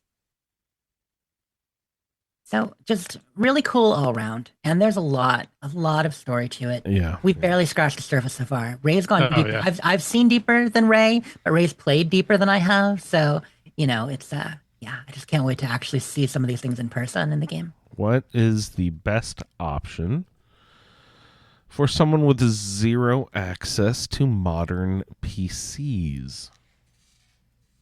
Watch a Let's Play on Damn YouTube it. once it's more stable and people are publishing those. Yeah, you gonna do that? Either of you? Uh, You gonna stream some? Yeah, I will I would like to stream some. Some friends are, and I'm I sure wanna there will be watch. deeper Let's Plays and stuff. Set it up. Let's do it. I I'll let you know what's see I happening. want to see you Yeah. do it, man. I want to. Sounds fun. Jolly good show. Does it Yeah. play on Xbox? No. Oh, that's right, because it has the script extender. No, script extender, the size of it. They would have to, if it were to roll out on console, because it probably could play on console, at least on a Series X or S. But in order for it to do that, it would have to be a full installer, right? Like the whole thing as a roll up, and because they just can't do mods this large. And then the fact that it takes over things and rewrites things and stuff. Can't imagine. Would be cool though. As it is, you can get a little bit of the flavor of Old Blighty in your game because they have released some standalone mods for weapons packs and stuff like that. Andrew, there are a few. How do they get the blessing to do that, to use the branded, the game rights and all that? Like with any mod, it's the game is designed to mod. It's allowed, but it's kind of different though. This seems like it's not just a mod, but a whole game. Any total conversion mod is like that. There have been a couple for Skyrim. There have been a couple of those for Skyrim, and a few, larger mods for Fallout. Yeah. I mean, like Tale of Two Wastelands kind of combines the two, but adds a lot of content. I think it was. What was the one that was the horror? It was like you died like 1 minute into the intro. And then went somewhere else. Yeah, I don't remember what that was. Frost sounds right, but I mean, things like Whispering Hills, that's still a regular mod integration. But, Enderal and stuff that are total conversions, like that's very different. But yeah, but it's basically at their allowance. So when you're playing with someone else's IP, like there are games you definitely wouldn't do this for. You would not and could not do this in a Nintendo game. But Bethesda has been open about allowing it in the past, but there's always some worry, and so you got to be very clear. Like, Fallout London has their own website, and many places there they say Fallout London is not affiliated with Bethesda, and all IP Fallout is owned by Bethesda, and that sort of thing. Yeah, probably the most amazing one I've ever played with is there's a group that rolled all of the Stalker maps into one. And so it's all 3 games in one mod, and you don't have to own the games in order to play the mod. They let this group put everything into the game, so you don't have to own any of the Stalker games in order to play this thing. Wow. Okay, that is big because that is, sharing the, their licensed property without paying them for it. But it was in a very specific way, right? Yeah, so it doesn't really change anything except that all 3 maps are now together in one. Mm-hmm. So yeah, here's their disclaimer at the bottom of things, Andrew. Team Folon, which is also why they're called Team Folon, for Folon, Folon, Fallout London. Their merchandise also says Folon on it, not Fallout, because to remain distinct. But Team Folon operates as an independent entity responsible for the development of Fallout London mod for Bethesda's Fallout 4 game TM. We want to emphasize that Team Folon is a separate legal entity from Bethesda, the publisher of Fallout 4. And they have that all over. So it's enough. As long as they don't make any money on it, by selling it at least. Is it? They're good. FALLON? Like that would be like the department store. Like Jimmy Fallon. No, that would be like Fallon's department store in the game. No. It's FOLON. FOLON. Okay. Mm-hmm. Yeah, and Solior mentioned sometimes they end up hiring people who work on these things, like Stephanie Zacharyadis, one of the main quest designer writers for 76 right now. She's very active. Her fingerprints are all over things like Skyline Valley.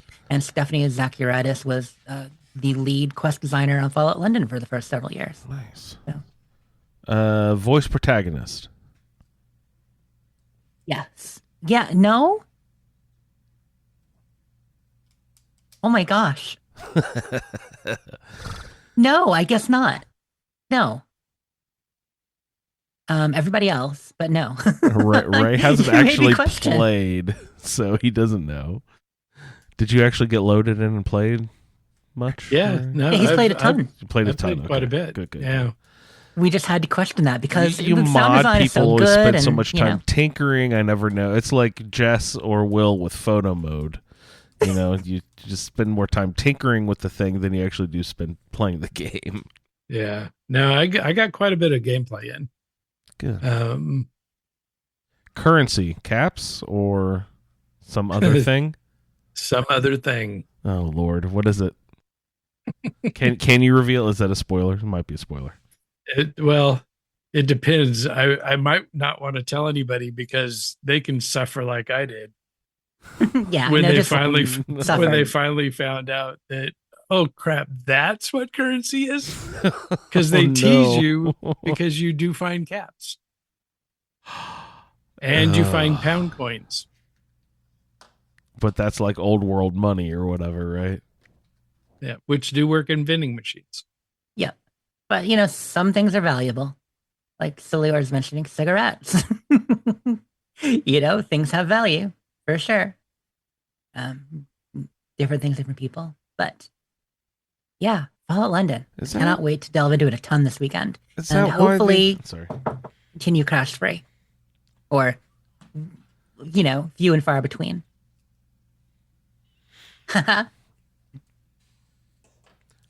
I always thought gray tortoise cartons were disproportionately valuable, but I guess the factory ain't making any more, right? So limited supply.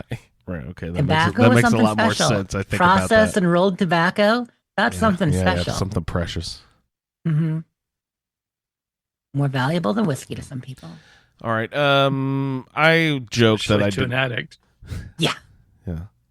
I joked that I didn't have any gameplay, but I did have a little bit. I did not play any other game besides Fallout 2. That's all I played this week. Yeah, but you did a lot of it. You delved in pretty deep, didn't you? The thing is about that, I played a lot.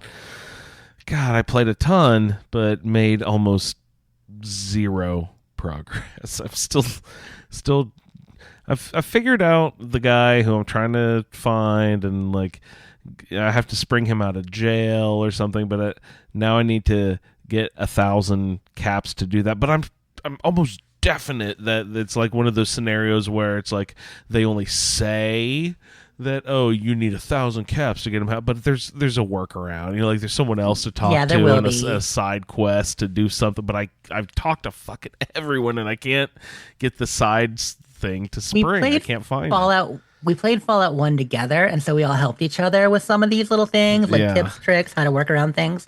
But you're doing this on your own, I man. am so glad I played Fallout 1. And do you know anything about the development of these games? Was it made simultaneously or like the next year? Because it looks exactly like Fallout. Yeah, over the next 2 years. Yep. Immediately. Okay, yeah, it is. One it came out, was- the next one came out like a year and a half later, maybe 2 years later. It Yeah. feels like the exact same game, literally. It is. It just got bigger and better because they'd finished designing the engine and all that. Well, I'm having a good old time with it, but I think I went like too far. I can't really tell if there's a timing thing. Like, remember you had to get the water chip or whatever and bring that back in a certain amount of time in the first game. There's also some sort of element of that too in this one, but I can't tell if it's like actually, gonna like, people died. It's like, or if it's just sort of like a, hey, help, hurry up. If it's like a requirement or a suggestion, but some weird religious bald man comes to visit me in my visions and says, please help us. And they called me the Chosen One? Yeah, that's your character It just here. feels- Yep.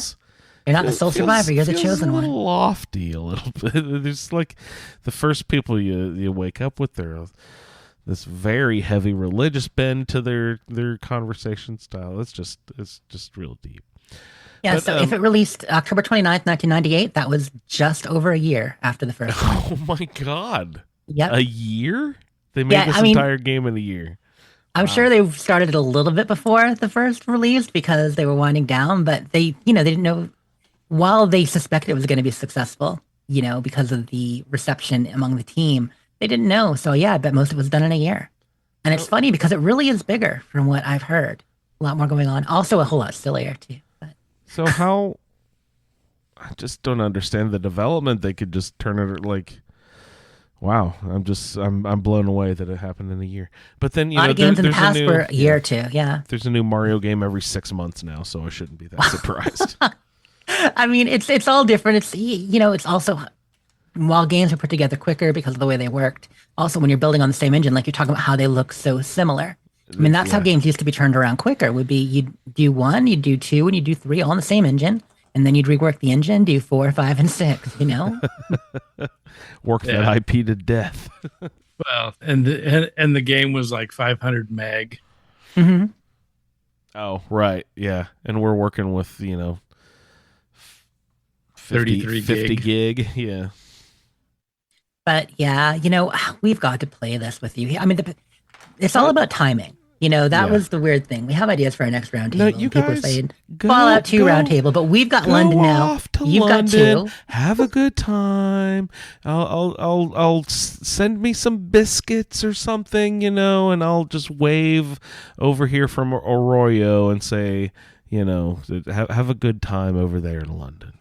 I'll be getting golden gecko skins or something. I mean, that sounds pretty good. I'm a little jealous. No, I'm having a good old time. Let's see, what are we doing here? Let's actually look at my show notes here. Oh, I've come up with a combat style where I will run to the edge of the map because it lets you bail on combat if you're about to die. Oh, definitely, you can run away. Oh, fuck. Mm-hmm. Why didn't I realize this in the last game? You didn't realize that in Fallout 1 you didn't run away half the time? I fought every battle. I should have fought every battle at the edge of the map so you can just step right off if you're about to die. So that's... Oh, wow. Yeah, with Rad Scorpion, it's hard to get away, but... All right. But it's a good strategy. You guys need to explain to me again. I don't remember how this worked or what the fuck was up with it, but your unused AC points each round get added to something before it goes to your next turn when they're removed. What is happening there when your unused AC points? So they go into your defense. Okay, so my armor rating literally goes up or what? Yeah. Yep. Okay. And then it backs off when it's my turn again because your points reset, and everything resets to normal. But yeah, okay. I mean, when you first were playing it, I linked you to the Nearly Ultimate Fallout 2 guide. I know you probably didn't read that or aren't going to look into it, but it is helpful if you ever get stuck. I literally, when we were playing the first one, I literally found a PDF of the original guide and printed it out and reading it and stuff. I should do that with Fallout 2 as well. They have suggested builds. Guide, I will link that to you again just so you have it. Oh, I have no idea what build I even selected. I did something pretty idiotic, I'm sure. I'm sure it's great. I'm sure. No, it's definitely not great. That is one thing that is for certain. Okay, let's get into it a little bit. Desert exploration. So I've just been sort of running around out in the desert because I was told to go get 1,000 caps. I was like, okay, maybe I'll just go out and adventure, run into some random encounters, maybe find some thieves and stuff, take their gear, maybe sell some stuff. I don't know. We'll just go out and explore. But then I forgot, oh wait, there's this time issue. You have to get the whatever water thing and return it to whoever needs it by, because they want you to rush. So it takes away a little bit of the exploration ability, but that's how I decided to try, because you need to get this guy out of. He's been kidnapped or whatever, so you need to pay his ransom in order to progress the next level of the quest. So I'm just running around trying to make a few bucks, you know what I mean? So I was like, okay, let's try random encounters. And in the first Fallout, I didn't notice this, but did they give you the option to engage with encounters? It just seemed like the little lightning bolt would flash up and it would suck you in and you would have to do everything. Yeah, you would have to most of the time. Now I'm getting notifications like, you have encountered some settlers being attacked by raiders. Would you like to engage? And, usually I do just so I can sort of feel out, see what's happening. But I don't recall the first game having the option to, take part in those sort of random encounters that you're. I feel run like into almost in the all of them were desert. drawn in. There may have been some like that, but I don't remember. So that's been, pretty fun. The I found a sledgehammer. It's really cool because in the. What's it called when they're just standing around, those animations they do when they're just bored or whatever? With those Idle animations. Yeah, the idle animations, right? He sort of treats it like a cane and sort of flips it around almost like a Chaplin flip, or was spinning his, how Chaplin would spin his cane around. So that was pretty cool, but I hate it at the same time because you're literally standing in the next square over, and your hit percentage is like 68%. I literally can't be closer to the person. How The on OG earth, Super Sledge. how the fuck are you supposed to get a? If That's this was what Fallout, skills are for, Andrew. Yeah, it's I the guess, it's the old I guess. style. Yeah, if you it got was to get the Fallout skill up. 76, there would be a 95% chance of hitting that guy. You know what I mean? I made it to Redding, Arroyo. Are these all real places in California? Is Redding's a real town, I know. Yeah, good steaks there at Jack's. Jack's in Redding. Okay.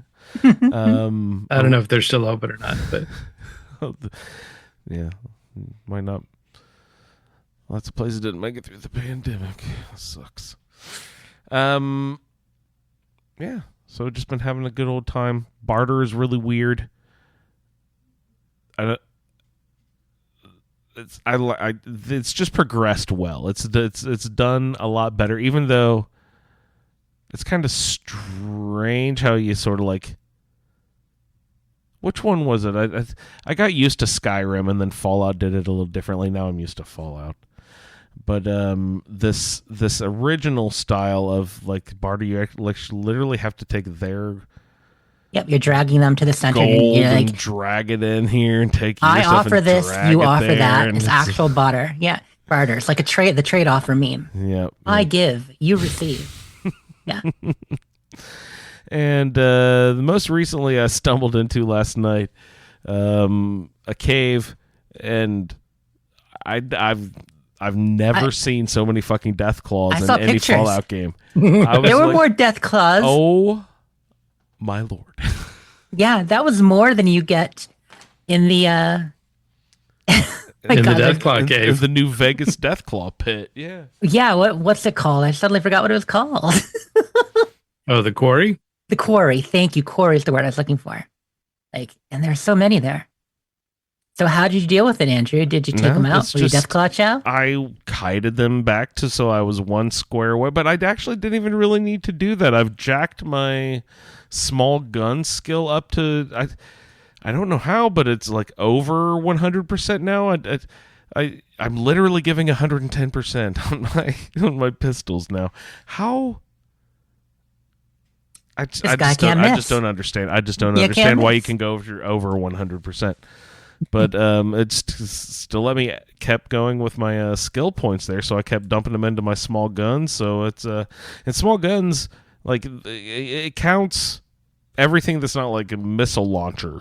It's like shotguns and machine guns, or submachine guns count as small guns and all that. So it's it's If it's pretty not a much all of howitzer them. or Yeah. anti-aircraft. Yeah. Exactly. If it's not like a missile launcher, you're all good.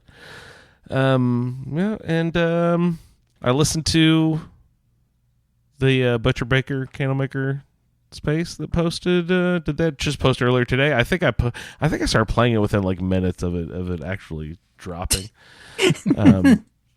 But yeah, I listened to that earlier today. It's always fun to listen to Jen and Baker chit chat about space. So that was a really fun listen. So everyone should go out there and grab the latest edition. They talk a lot about the new update. Well, Ray was talking about it a little bit earlier in the show.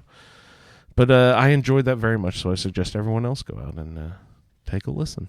Also, we Thanks. joke, but you have done 3 episodes in the last 30 days. It's fine. Sure, you skip 19 days in the middle, but hey, we all do sometimes. Absolutely. And you guys are up over the 100-some, 30-some episodes. You guys are cranking them out.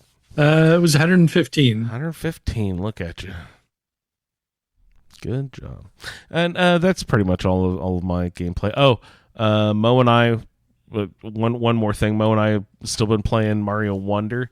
We pretty much beat the base game, and now we're like unlocking the special level, but you have to like go to each level within the game and open up a secret passageway to the extra level or something like that. So we've been going around and doing all the extra secret levels, and there was this one that is timed, so it's a rhythm thing, but they like put these platforms out on the beat. It's like bam, bam, bam, bam. They put these platforms out, and you have to jump onto each platform as they appear.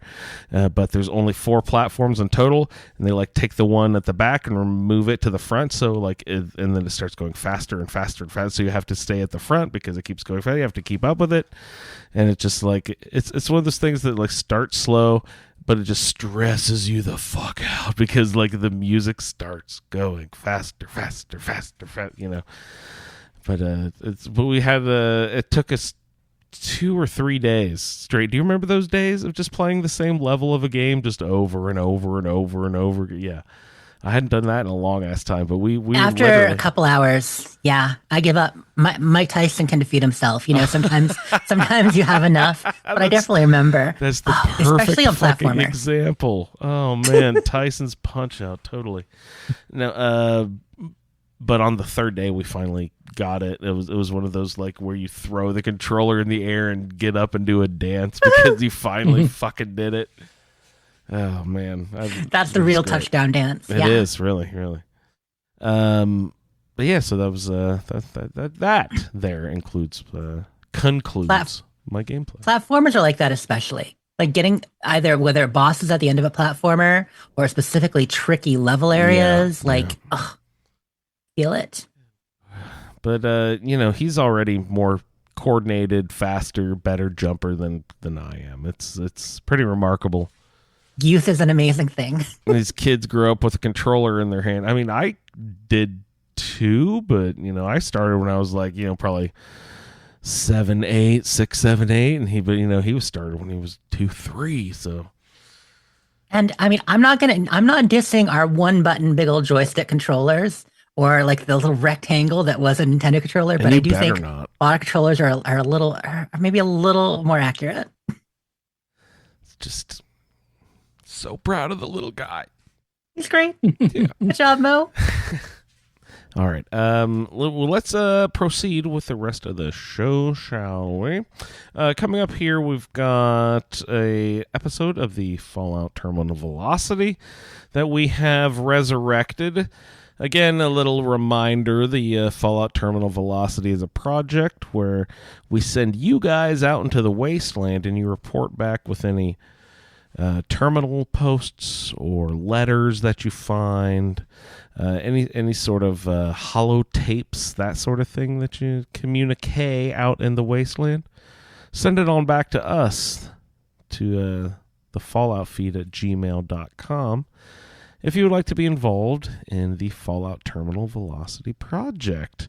Right now, we will continue with radioactive Rebecca's adventure over there in Diamond City. So let's see what she's getting into.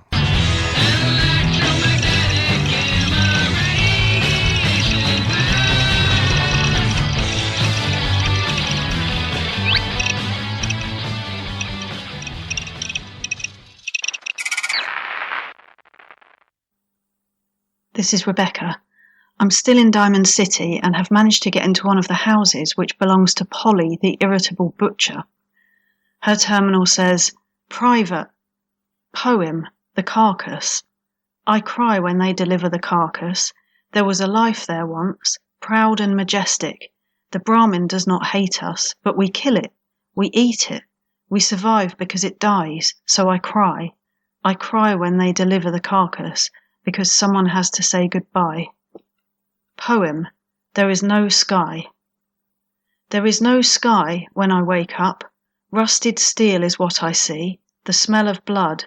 I know the day is starting, but I don't see the sun. Poem, I dance in the dark. I dance in the dark. No one can see me, not even myself, just me and my body, floating free in the air. Sometimes it's joyous, sometimes chair. Oh, chair, I really should have moved you over there. Now I'm in the Science Centre at Skara's terminal. It says, Professor Skara's eyes only. Entry 0023. Spent the better part of the day trying to fix that aggravating noodle robot, but I can't figure out how to replace the Japanese language subroutines. Whoever wired that pile of junk did quite a shoddy job. I've already wasted 3 mnemonic attenuators trying to create a bypass, so I'll have to scrounge for more. At least that will lead me as far from Duff's incessant prattle as possible. Entry 0027. Duff continues to try my patience. For the umpteenth time, she left one of her experiments on top of my lab bench, allowing its contents to ooze all over everything I was working on. I swear she has it in for me.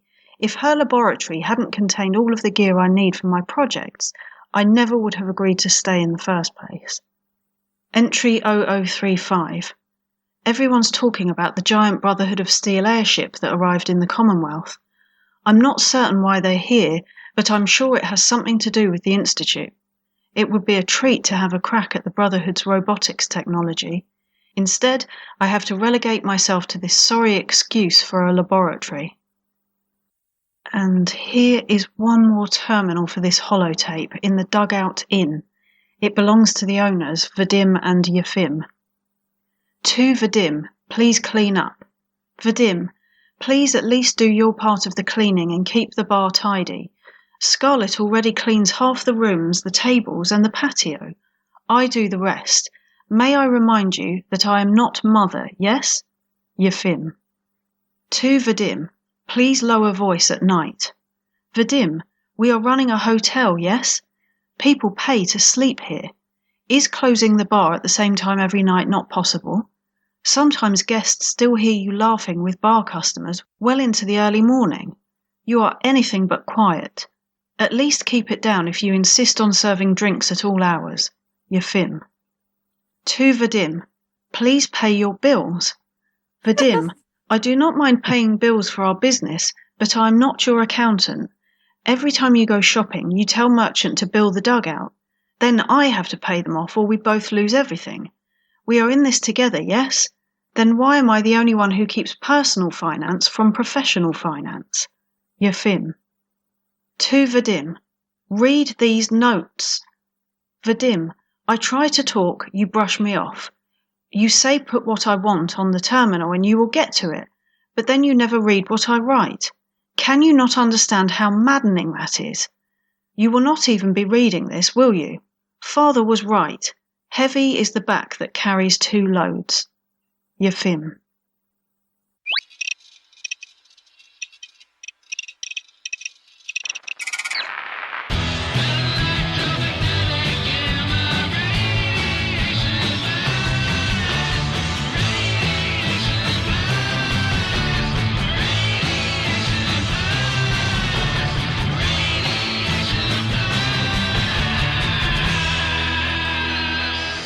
Send your terminals, holotapes, and letters to the Fallout Feed at gmail.com.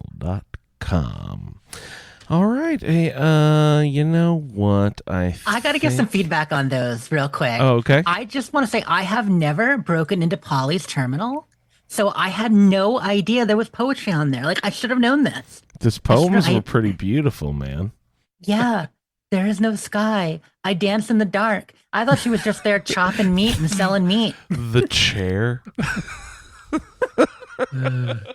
And that reminded me of what's her name? Patricia Tanis from Borderlands. Okay. She has a friend that's a ceiling chair that she's in love with. I actually have jotted down here, Ray. Borderlands because I wanted to ask you. I know you don't leave the house. You don't go out amongst the masses very much, but is this new Borderlands movie enough to get you to go to the theater? Oh heck no! It's probably not going to be great, but you Yeah. know, It looks- love it looks Borderlands, like- don't you? I love Borderlands. It looks like crap. Oh, okay. So I'll wait until it comes to video. So I don't care. Oh, all right. I thought that you might actually, it might be enough to pull you out of the. No. Okay. my bar is lower than Ray's when it comes to movies entertainment, Yeah. much like yours, Andrew. Yeah, no, I love crappy movies. Yeah, me too. But I'm not going to go see it in the theater either. No, it'll definitely be an at-home kind of thing. Yeah. But I am What- going to watch it. What would get you out? When's the last time you went to the theater, Jess? Oh gosh, the theater. It's been a few years. Was it pre-pandemic? It would have been pre-pandemic. I haven't gone to the theater since then. I've gone to maybe one show, like music show, and Wow. you know, out to the bar a couple times. But generally speaking, no, I don't get out a whole lot these days Yeah. for entertainment. Yeah, Ray, I do you mean, recall? especially theater. Ray, do you recall the last movie you saw in the theater? No. No. I mean, you know, He was probably like- a Marvel movie, right? That's what we watched. He's like Return of the Jedi, 86. Yeah, no, I didn't. I can't remember seeing any of the Marvel movies in the theater. I saw every Marvel movie in the theater until James passed away, and then I saw no Marvel movies in the theater because I'm fine watching them at home. Oh. You know, we all have our things. Yeah. But yeah, just don't do theater much. I mean, my home theater is so nice, and not only that, the concession stand costs way less. Yeah, Way less. exactly. That's true. Yeah, exactly. All right. Free refills, Free free-ish. Well, I need an extra refill of some iguana bits. Jessica, to the office, please. Jessica, to the office. Your iguana bits are ready. Please come pick them up. Ooh, okay. Well, awesome. I thought we'd get into a game first. Let's get into Oh, did I skip this? Did I not read the? You I skipped did. the family I tree. skipped the game. No family tree. No, iguana bits. And the first, this bit right here says Sorry. what? We skipped the game tonight, okay? But no, we already talked about the map bugs challenge and score bugs on 76 right now. They are working on it. They have mentioned at least 3 times in the Fallout 76 announcements channel on their Discord and the official announcements that they are working on it. They're working on a fix. They're going to get it done. So they know it's a big deal. But that said, there were actually a number of cool things in the update, some little fixes. So I thought I'd mention a few. Going down, Nice. first of all, here's a big one that I think you and a few other people have mentioned over the last year. Hmm? Biv. Biv, you know, his drinking, it got bad enough that Biv wasn't even giving us daily quests Oh anymore. my god, that was frustrating. You'd go in there, you'd be like, "Hey, Biv, what's up, Daddy-O?" And he'd be like, Bricky. And you'd be like, "Oh, you know, okay, it's your birthday again. That's fine." But now Biv has sobered up enough that he's giving us daily quests again. So if you want to get those recipes for drinks and stuff, you know, and live that Biv life, you can. He will give you daily quests and rewards again. So yay, Biv. Biv life. Also, dangerous pastimes. So that is the quest that have been taken out of the event rotation. It's one of the 2 new events with Skyline Valley. And after the 2-week period where it was running regularly, they discovered some issues. There were a couple issues people reported. So it hadn't been available. And it's funny because people kept asking, "Wait, where's Dangerous Pastimes? I haven't seen it in a week. I haven't seen it in 2 weeks." Yes, it was out of the mix, but they have brought it back. So you can do Dangerous Pastimes again. It's a fun event. Electrifying. It's got some great views. Like if you're up on top of that power assembly at sunrise or sunset, just looking across the mountains there, really, really pretty. But don't try to go into photo mode during the event. I know most of you might not, but assuming you're the type of person who would, you'll get kicked out and you'll get kicked around and get blood on your camera lens. So I know this from experience. Balance adjustments to the Storm Goliath boss. Now, there's an event I haven't done since the update because I only played on for doing the challenges. But I have a feeling that when they say balance adjustments to the Storm Goliath bosses, these are the ones for the other big event that they were very susceptible to radiation.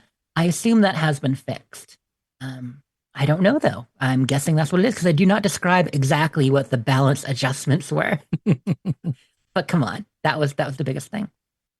The Strangler Bloom. So Strangler Bloom, you get the special pods from, okay, that you use to make Rad Shield. They only bloom along a river area.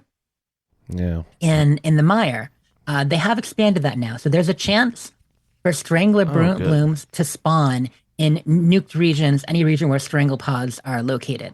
So you can now get them in a wide variety if the area's been nuked. And they're easier to get, which is good because there was a lot of competition for those and they only spawned every once in a while. I mean, only bloomed every once in a while. It was a pain. Yes. There have now been a number of quest fixes with the new quests. Don't need to get into that. I feel like there was something else I wanted to mention too. Those are the big ones. All the other fixes are kind of small, but little things that may have bothered you. So, if there's something you were like, why is this happening? Maybe they fixed it. Check it out. Why is this happening? Why is this happening to me? Yeah. Oh, here's a funny one. This was one. So tire irons and walking canes, if you change their appearance, if you scrapped the look back to normal, you couldn't. It wouldn't go back to what they were supposed to look like. So now they will, if you need a regular tire iron. I can't believe that someone complained about that. Maybe you don't want a cane anymore. Maybe you want to actually be a... I can't remove the candy cane color off of this cane. It's not like you can't just craft another one for a couple of wood. 2 wood? What? Well, speaking of candy canes, jingle, jingle, jangle. Jingle, The holiday jingle. scorched are back in Appalachia. Ching, So ching, ching, ching, ching, ching, ching, ching. I assume some people have been grabbing some. Andrew, have you logged into game enough to get any? Or no, you I have haven't, not have logged you? in this week. That's going on right now. Going on right now. Maybe I'll log Yep. in this weekend just to hunt some jingle scores because I do like doing that. Yeah, it'll be jingle scorched for 2 weeks. We're about half a week in, so you got plenty of time still. There are new plans like we talked about, so that's super exciting. Holiday Scorched are happening until August 6th. So until the end of the first week of August. Some of the new plans include a giant red Brontosaurus. Of course, that'll fit in your gift package. The Atomic Set handbag backpack skin. That one's actually pretty cool. New plastiform stuff for your Christmas camp. This is very good for you, yes, Andrew. I You've got a love the snowman. plastiforms. You've got the Vault Boy elf. So like the little elves that were tiny But before, they're now they're big. big old Yeah. plastiform elf. I heard they're big ones now. Yeah. And then the Jitterbug Judy outfit, which like we talked about, is like the yeah. other. I Diner Googled that outfit. last week when you and Dawn were talking about that. Yep. So a few other new ones, but that's generally it. As always, the handcrafted gifts give you twice the drop rate. If you have a Collectron, remember to switch it over to Christmas holiday stuff. Right. If you're in the mood to take over workshops, Ooh, remember put smart. down those Sanitrons, I and you would've can collect forgot. a bunch of them via Sanitrons. It's a classic method. You Yeah. can actually get a lot of gifts an hour that way if you want. You can't. That's man. That sounds like a good time. I haven't done that in a while. Get all the workshops, put your Santatrons down, go jingle scorch hunting, and then hit all the workshops on your way out the door when you're ready to quit. So It really is a great- fun. It's fun. Also, in this, if you don't have them yet, the barbed wire fences may be the best camp building fence for regular lower size fence in the game. I love it. It's a great one. I use it all the time. And you're saying that's one of the prizes from Holiday Scorch? Cool. Yeah, it's been in the gifts for almost 3 years now. They probably did it around the time of Steel Dawn, I think, that year with the Fun. Jingle Scorched. Cool. But it's good to have, and not everybody has it. So I already talked all through it, but Fallout London released. Hey yo. Hey, yo. Have fun, everybody. Yep.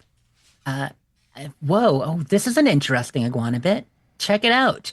Bethesda Game Studios workers have unionized. So previously we talked about how their Montreal studio, Bethesda Game Montreal in Canada, they were unionizing with the CWA, but that was just that studio. Bethesda Game Studios has now wall-to-wall organized.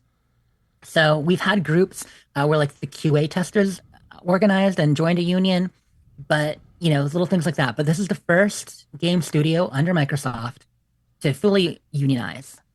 And it's 241 employees at Bethesda Game Studios. So you might say, wait, they have about 450. Why is it only 241? Well, because Montreal is separate. They're in their own union because, being in Canada, they've got a separate union. But this is all three other studios. This is Dallas. This is Austin. This is Rockville, the Maryland studio, all of them. And, everyone eligible, of course, executive management and some positions wouldn't join a union. But yeah, they're entirely unionized. They are going to be negotiating a contract. Currently, the union has been recognized, though. And that's the important first step, is once you unionize and everybody signs off on it and you vote for it to happen, then the company recognizes, and then they can start kind of figuring out the structure internally and getting a contract. They'll be represented by CWA Local 2108 in Maryland and CWA Local 6215 in Texas for those two studios. Will that mean anything for us directly? Well, it's interesting. It's kind of not a surprise that Bethesda is the first studio to do this because, as we know, they have much less turnover than the average video game studio, with many people there, 10, 15, 20 years. Now, that changed a little bit around the time of 76 and Starfield, where as it did grow, they had a little more turnover, but they're still have longer retention. People there are generally pretty happy with how things run. But of course, some structure is good and protections.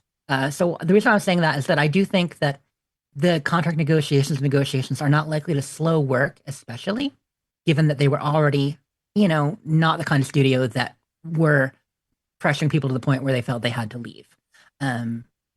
So there have been a lot of jokes about, Bethesda already takes 4 years, 5 years or more to make a game. Just wait till it now, 2030 for Elder Scrolls 6, 2040 for Fallout 5. And no, unions don't necessarily mean slowdowns.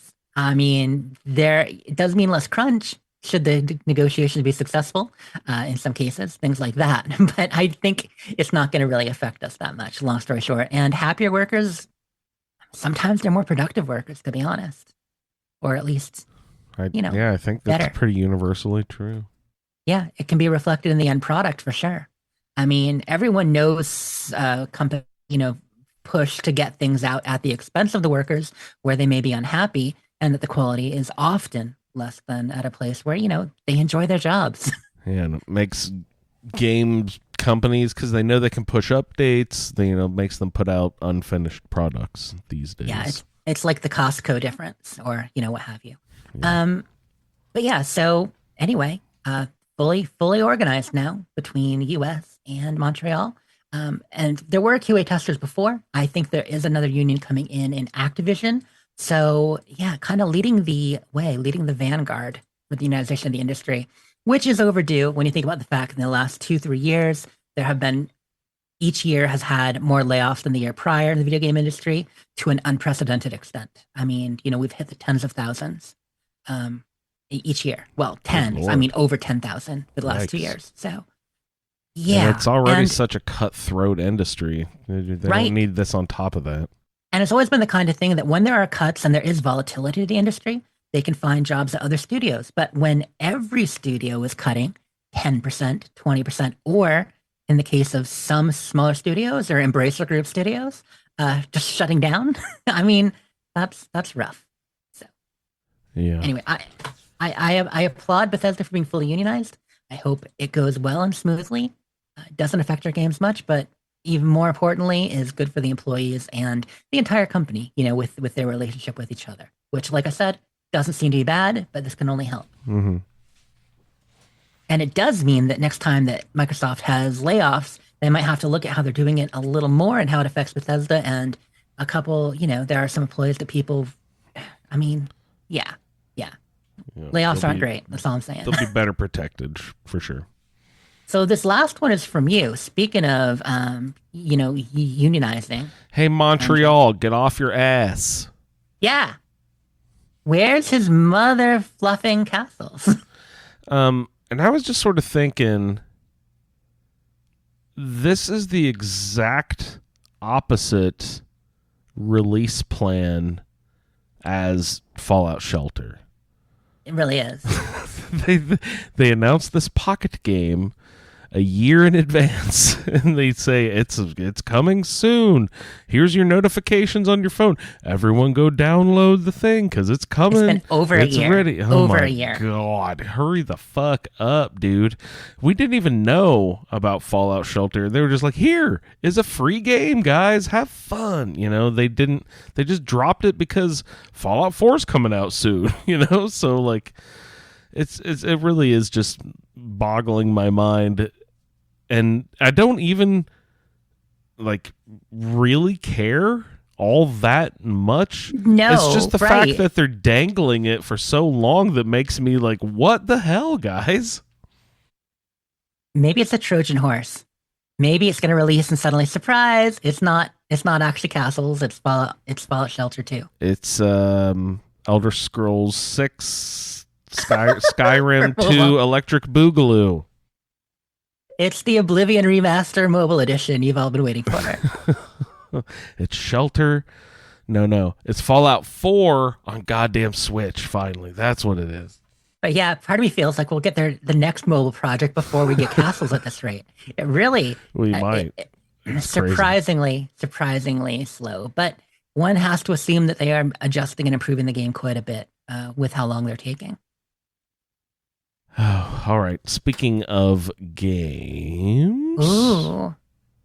What time is it? Game time! All right, guys. This week on Game Time, what we're going to do is play a little game that I probably inappropriately have titled Fallout TV Family Tree. There's no cousin stuff, is there? No cousin stuff. I knew you would go there, Jess. You're always going to the cousin stuff. I'm avoiding the cousin stuff. You're warning people to not do the cousin stuff. All right, really what I meant by the family tree part was the branching out part. In other words, what else have our favorite top 3 characters, what else have we seen those actors in? So sort of like they're branching out from the main Fallout tree here. So what I'm going to do is give you a name of either a television series or a movie. And I've got the dates for these I will give you as well. And all you're going to tell me is which one of our main 3 actors was in that title. And we'll just sort of... I was going to go back and forth, but we'll do a chime in. You guys, you want to do a chime in or back and forth? What works better? I always forget. We'll see as we get there. I think back and forth might be a little better. Okay, give it a chance, and that way I'm always, me. I'm always trying to snake it away from Ray. It's just not right. Right, even if I don't know, I'm like me first. No. We'll pop back and forth. Okay. And you said, Jess, you need to go first. Is that what you want? Oh, sure. Yeah. All right. So we will we'll start off with one of my favorite movies of the last few years, Fat Man. Jess, which one of our favorite 3 actors? And by the way, we're speaking of Aaron Moten, Ella Purnell, and Walton Goggins. Aaron, of course, plays Max, Ella, Lucy, and Walton Cooper Howard, sorry. So what would they have to do with the Fat Man? How does this relate to their family tree? Fat Man. All I want you to do is just tell me which one of those 3 actors was in the movie Fat Man from the year 2020. Oh, it's based on a name. Okay. We will go with Cooper Howard. Sorry. Walton Goggins. Walter Goggins was in Fat Man. Good job, Jess. All right, Ray, over to you. Tell me who was in the movie Army of the Dead in 2021. Army of the Dead. That might have been a Netflix production. Yeesh. I'm going to go with Ella Purnell. Very good, Ray. Good job. All right, Jess, back over to you. I'm ready. Who was in Star Trek Prodigy in 2022? What is Star Trek Prodigy, by the way? Is that Oh, that's one of their animated series. I oh, believe. cool. So they must have One of lent the their, two. and they must have lent their voice. Yep, and that was Ella Purnell. It was. Good job, Jess. She's done her research. Ray, over to you.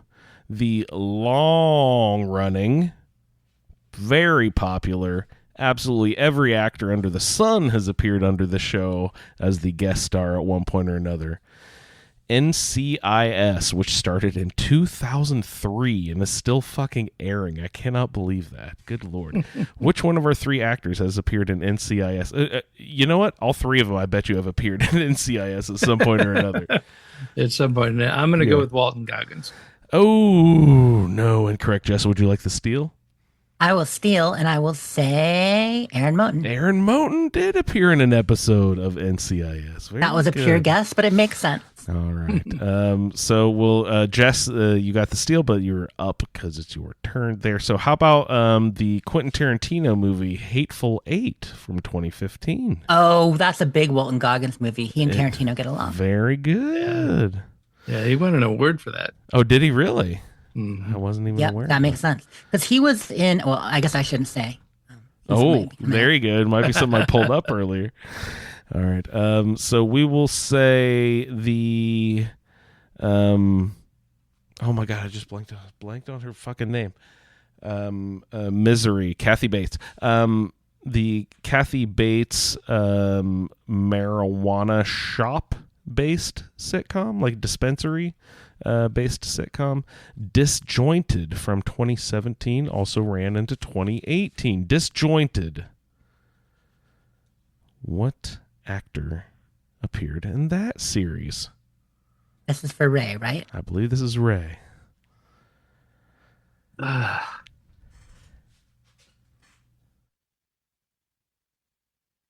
I mean, were Aaron and Ella even alive then? Or 2017. 2017. They probably were in 2017. As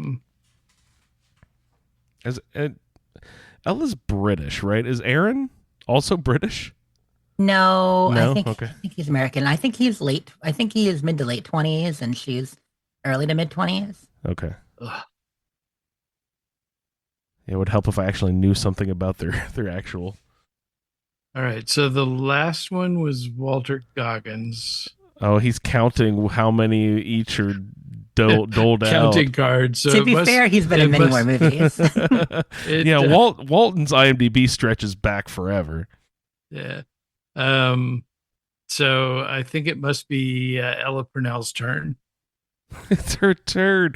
Ray, that method also does not work. Jess, would you like to steal? What was the movie again? It was It Disjointed. was a series with Kathy Bates about a marijuana Ella dispenser. Purnell was in it. He just guessed That's Ella. what I just said. I thought I'd try again. It's that short-term memory No, from it's right. It's Disjointed. right. It's right this time. Yeah. that's- then Wait a it's minute. got to be Walton Goggins then again. That was one of Gotta be. Aaron Moten's roles. Really? right Okay, there. no, I didn't know that. I had no Aaron idea. Moten, yeah. So we're hopping back to Jess then there. Let's roll with Emancipation, the Will Smith movie from 2022. Emancipation. Aaron Moten again? Aaron Moten again. Good job, Jess. All right, Ray, back over to you, sir. One of my favorite action horror monster movies this series, Predators from 2010. Predators. That Okay, means there's now more the than one. kindergartner thing almost applies. Yeah, for 2010, I definitely would have to go with Walton Goggins. Walton Goggins was in Predators in 2010. Absolutely. Good job. Yeah, I tried to mix a few of the other dates in because, you know, it makes it really obvious if I'm saying like, oh, from 2005. It's like, yeah, Lucy wasn't born yet in 2005.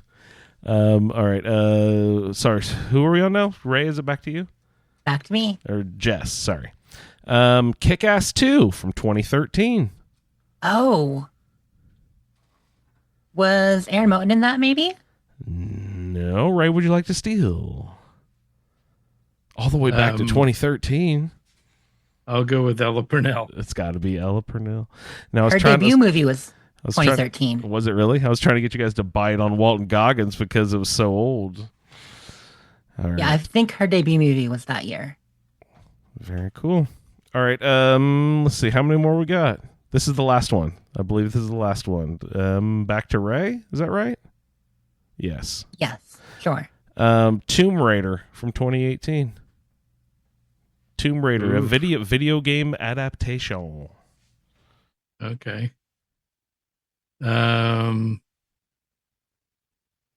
shoot.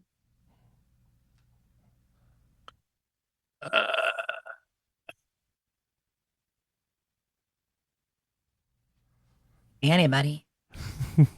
Yeah, I'm gonna go with Walt Goggins. All three of them were in it. Yes, Walton Goggins is the correct answer. Very good. Walton. I always want to say Walter. Walton. It comes out that way half the time. It's a Yeah. last name. Yeah. All right, guys. Thank you so much for playing this edition of. What time is it? Game time! Had a good time with that one. Thanks for playing. I didn't know Yeah, if that that was a was blast. fun. Movies are my strength, right? Ray's so good at him. He leaves the house to go to the you can't keep Ray out of the movie theater. I'm always trying to say, Ray, we got a podcast. Get out of the movie theater. Get home. So was Ella Purnell's first movie, was that Miss Peregrine's School for Unusual Girls or something? Yeah, had some cool name like that. Yeah. Yeah, exactly. I thought that was 2013. That's what I was remembering. But was that might be 2013? wrong. Yeah, it was near the beginning of the list. Yeah. All right, you guys. That was a good game. All right, let's see what else we got on the list tonight. I bet you it's probably just some shouts that don't actually exist. Because since we did Iguana, but yeah, I got a little shout you in there. did. You did. What do we got? Shouts wise. I would like to Jeff? shout out the Independent Fallout Wiki. So, we've used the Nukipedia a lot over the years, of course. And Independent Fallout Wiki, I mean, they started a good year and a half, 2 years ago now. But for Fallout London, they have actually made a dedicated Fallout London section that is only growing. They actually got a lot of information ahead of time. They got it all set to go. So they were able to launch the Fallout London wiki along with the game. So you would go to get the Independent Fallout wiki. It's just fallout.wiki, fallout.wiki.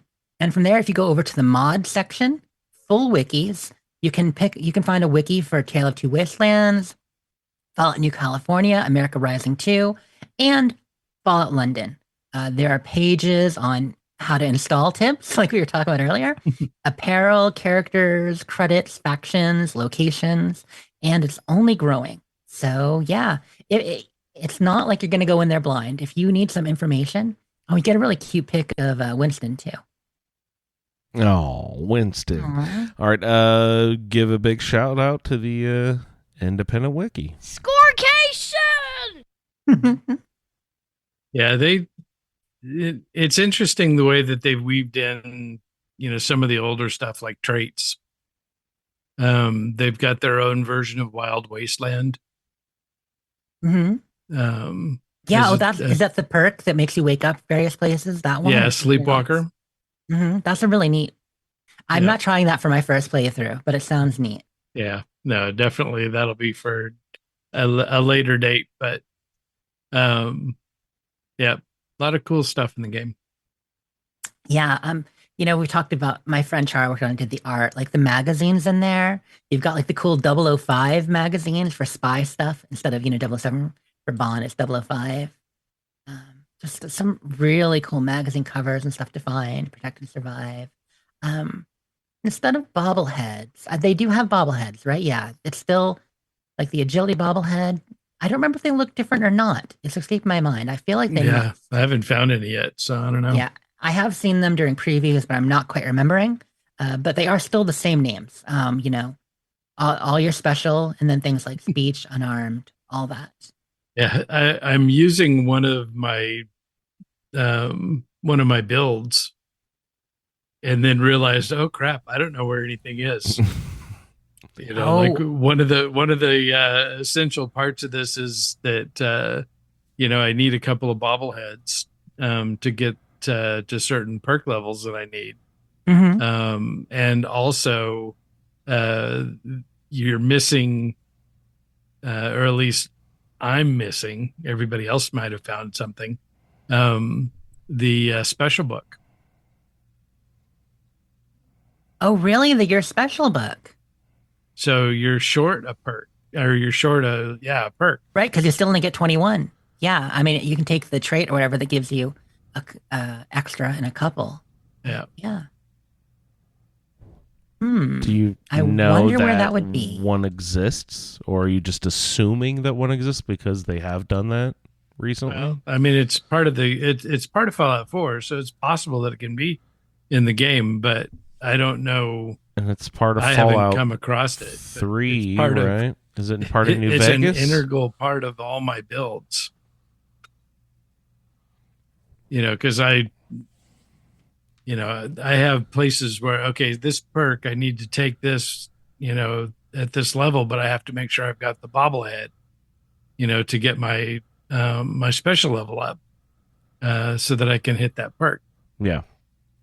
But now that doesn't really work because I don't know where any of the bobbleheads are, and I don't know where the special book is. Yeah, there's still a lot to add. Like bobblehead locations are known on the wiki, at least most of them at this point. But under consumables, I don't see a your special book that I know of. I'm checking right now. Under Y, consumables. Yeah, I don't see it.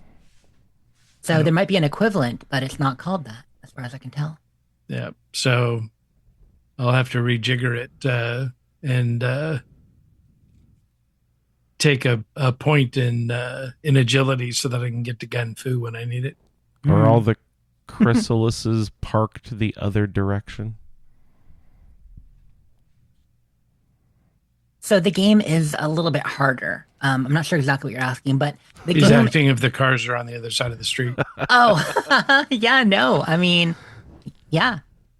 Yeah, I assume so. They are UK cars. There's a lot of unique designs in here. Sorry, I'm with being the steering stupid. wheel. The steering wheel's on the other side, all that. Steering wheels. Yeah. Well, and they're also UK programmers. So Yeah. The vast majority of the team is from the UK. So absolutely. lots of I was double just decker being buses. Lots Okay. of fish and chips instead of I don't know. We got beans on toast. Battered That sort haddock of and stuff. fries. Yeah, exactly. But check out this magazine, London Crime Statistics. Okay. It adds a rank in the ASBO perk, which gives you a slight increase to melee and unarmed damage. You guys know what ASBOs are? ASBO? ASBO. Yep. Ass body odor. No, it's a very UK thing. It's called an antisocial behavior order, and it's what kids are given for truancy and misbehaving in public. So you might get an ASBO for things like graffiti or misbehaving in the park, skateboarding where you should, stuff like that. Juveniles can be tried with ASBOs or given them. I don't know the exact thing, but yeah. So London Crime Statistics, you get an ASBO perk for acting out, and you're better with melee for and unarmed. misbehaving. I love little things like that. Like it's so very British. We might learn a lot. We might learn a lot of weird stuff. We might learn a lot about England playing this mod. Yeah, I found a Junktown Jerky Vendor magazine. I think it was called an Anarchist's Guide or something like that. Anarchy Times. That could be it. Yeah, adds a rank in the Anarchy Times perk, which improves prices with merchants. That would be Junktown. Yep. Yeah, Constable Cruel, increased enemy limb damage, Curl Up and Die, adds new unique hairstyles. I love that. What about like ancillary lore stuff? Would they also know who Grognak is, or would they have their own set of superhero comic book characters and stuff like that? So they would have some of their own stuff like that. I mean, they will definitely be bringing their own stuff in there. They did so much work to kind of add to the lore of what was happening at the time. Like we said, there might be some imports, but yeah, there's a lot of unique and original stuff in here. So I understand the benefits of being able to used the familiarity with the Fallout name to do such a big project. Why would these people not make a new game? Which they did, but like... Same reason a lot of people do mods or overhauls or large mods in the first place. A matter of scope and scale, a matter of what they're fans of. I mean, these are people who are fans of Fallout. Yeah. And it kind of, came together, like they were talking about it, but it really came together during the pandemic. And they were at home looking for something to do, and it just grew. You know what I mean? Like the scope of it grew and grew. And I think they knew after the, first year or two that it was going to be as big as it is. But yeah, I think that's why, working with a tool set. I think in doing this the last 5 years, many of them would tell you that they've certainly grown as programmers and designers and writers and all that stuff, probably. And now maybe they are more set to make a game, but maybe when they started, they weren't. A lot of on-the-job learning. Yeah, and okay, right. It could be building blocks, learning experience stuff, right, too. Good call. All right, you guys. Do you guys have anything else you wanted to get into tonight? Kind of jealous you guys get to go play and have your tea time. And you better believe that I'm loading back in when we're done here tonight. Eat your radiated crumpets and such. Your curds and whey. All right, so have fun over there across the pond, as we say. You can find Jess over there on the Twitters at sleepisfortea, also at you wastelanders, and at Dames Who Game. Jess, thanks so much for hopping on. Thanks all. Cheerio. Ray can be found at BBCISSS for all your No Man's Sky needs. And both Ray and Jess can be found in our Discord. Everyone, please join our Discord. Find the link in the show notes. Ray, thanks so much for hopping on. Good times. I can be found in our Facebook group, and the show can be found at the Fallout Feed. I'd like to thank everyone for downloading this edition of the Fallout Feed, and we will see you in the Wasteland. Thank you for downloading this episode of the Fallout Feed Roundtable. If you are interested in doing a play-along character with us, the show can be contacted by emailing falloutroundtable@gmail.com. For the Roundtable schedule, our Amazon link, and all other show information, please head on over to asapodcasting.com, where you will find the Fallout Feed, a Skyrimatic podcast, our YouTube channel, the Chatterbox, as well as other content. Once again, thank you for downloading, and we'll see you in the Wasteland. Bricky. I cry when they deliver the carcass. Big old white butt in his face. Wonk. Clank, thunk. Shank, shank, shank, shank, shank. Blood.